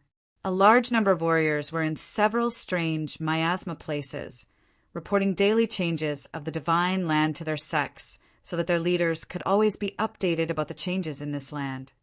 Although hundreds of thousands of warriors came into the dark, magnetic, noxious mist this time, it was nothing compared to those forces' total number of warriors. Those who could enter this miasma place were a little bit mightier than ordinary warriors, but it didn't mean that they belonged to the group of the most outstanding warriors of those factions. In the Divine Land are warriors like Ning Zhe powerful. Sure, Yen thought of the enormous population of Divine Land and had contemplated a little bit before asking. Ning Zhe's grandfather is just an elder of the Heavenly Palace. The Nings are only a small force of the Heavenly Place. Ning Zhe himself is considered a good seedling, but not the strongest one in the new generation. If one counted the whole Heavenly Palace, Ning Zhe is not ranked on any list. Hence, don't think that having taken Ning Zhe's golden silkworm is a big harvest. AI explained with an indifferent face. Ning Zhe is only 32 years old and in the first sky of Sky Realm. It seems pretty good. However, not to mention the Divine Land. Only the Heavenly Palace can have more than 100 guys who are around 30 years old and already more dangerous than Ningzhe. It is indeed the truth. Kai, Yi slightly sighed and said, "We are all from White Emperor City. Even though White Emperor City is pretty good already, we're not the top among the peers of White Emperor City. Among the 7 big cities of the Fighting Union, White Emperor City is ranked last. Among the peers, those who are stronger than us are too many. In the Divine Land, the so-called exceptionality is simply too common." "I understand." Shi Yan was secretly scared and displayed shining lights in his eyes. Through AI Ye's and Kai Yi's explanation, he finally had an intuitive understanding of Divine Land's situation. At this moment, he knew why the Divine Land's warriors felt that Endless Sea was only a barbarian place. That land was indeed worthy of being the center of the Grace mainland, the source of all forces. Shi Yan's heart longed for that place.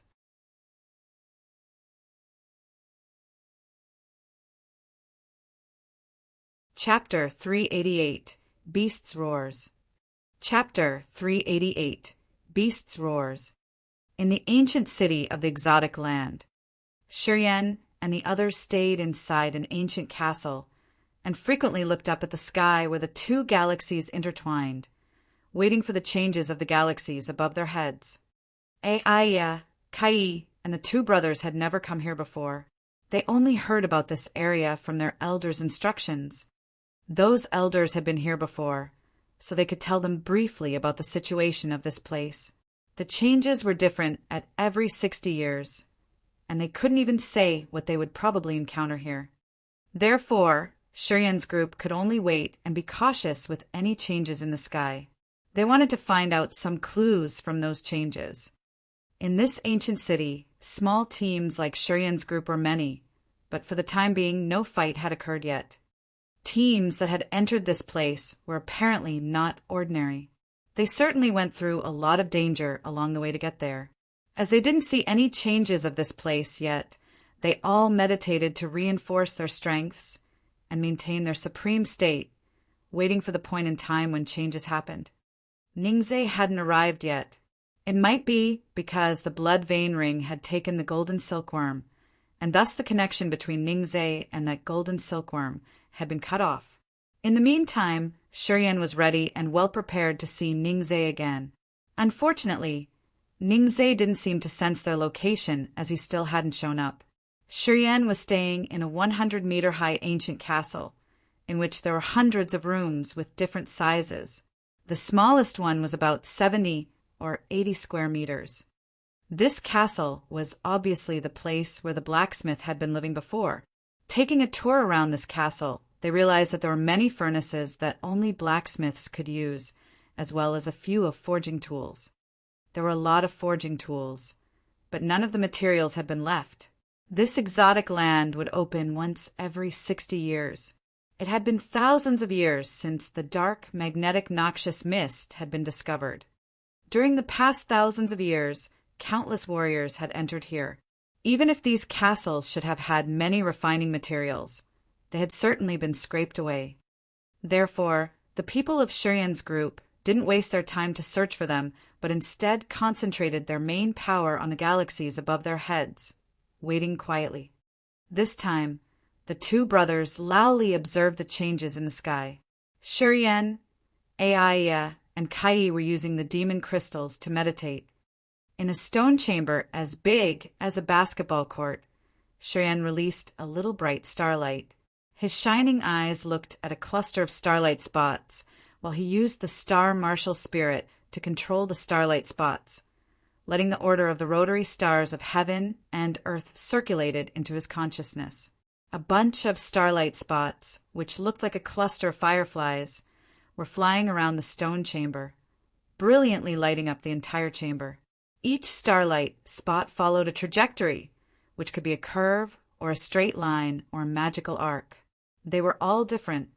Looking at those flickering spots of light, Shi Yan's sea of consciousness slightly stirred. He calmed his mind to understand the magical trajectory of those spots of light. He immersed his mind in it. Since having understood the importance of martial conception, as long as he had free time, he would use his star martial spirit to release some starlight spots and then use the star manipulation to control these starlight spots, trying to find out the rules to comprehend the mysterious martial conception of the star martial spirit. In the sky realm, understanding the realm was related to the improvement of this realm. Since he had poured the martial spirit source directly into his star martial spirit to reach the sky realm, comprehending the truth of this star martial spirit's Upanishads and knowing the mystery of stars were much harder. Understanding this point, he then set his mind on grasping this martial conception thoroughly and comprehending the martial techniques to be his core targets in the future. When each starlight spot flashed up, he threw himself into a trance. It seemed that there was a wonderful feeling when he was submerging into the vast star area. He seemed to have a connection with billions of stars in the sky. This kind of feeling was marvelous, making him feel outstanding and able to understand the immortal star Upanishads. Suddenly, an Earth Flame's message was sent out from the blood vein ring. Shiryen instantly woke up, staring at a beautiful figure that secretly entered the stone chamber, frowned, and asked, "What do you come here for? Are there any changes outside?" That person was Kai. Her delicate dress draped around her graceful body. Each 5-colored ribbon was fluttering on her skirt. She leisurely moved forward. Her eyebrows were picturesque, her eyes brightened like precious gems. Under the light of those starlight spots, she became gorgeous. There are not any changes outside yet. I came here with the hope that you can remove the soul barrier for me. Tsai's graceful body stopped. She slightly gritted her teeth and said, "You said that we are companions. Since we are companions, you should not treat me like this." Shiryen pouted and then sneered coldly. "I am afraid that you don't consider me your companion. It has been a long time already. I know that I cannot kill you, and thus won't have any wicked intentions toward you anymore." Kai felt shameful and said unpleasantly, "At the bottom of the lake you were clearly contemptuous of me, so I wanted to kill you, not to mention that your hands and feet were not clean. If you remove the soul barrier for me, I promise not to pursue that previous event. No more harsh things between us. How about it? As I have said before, wait until we leave the dark magnetic noxious mist, and I will remove the soul barrier out of your head."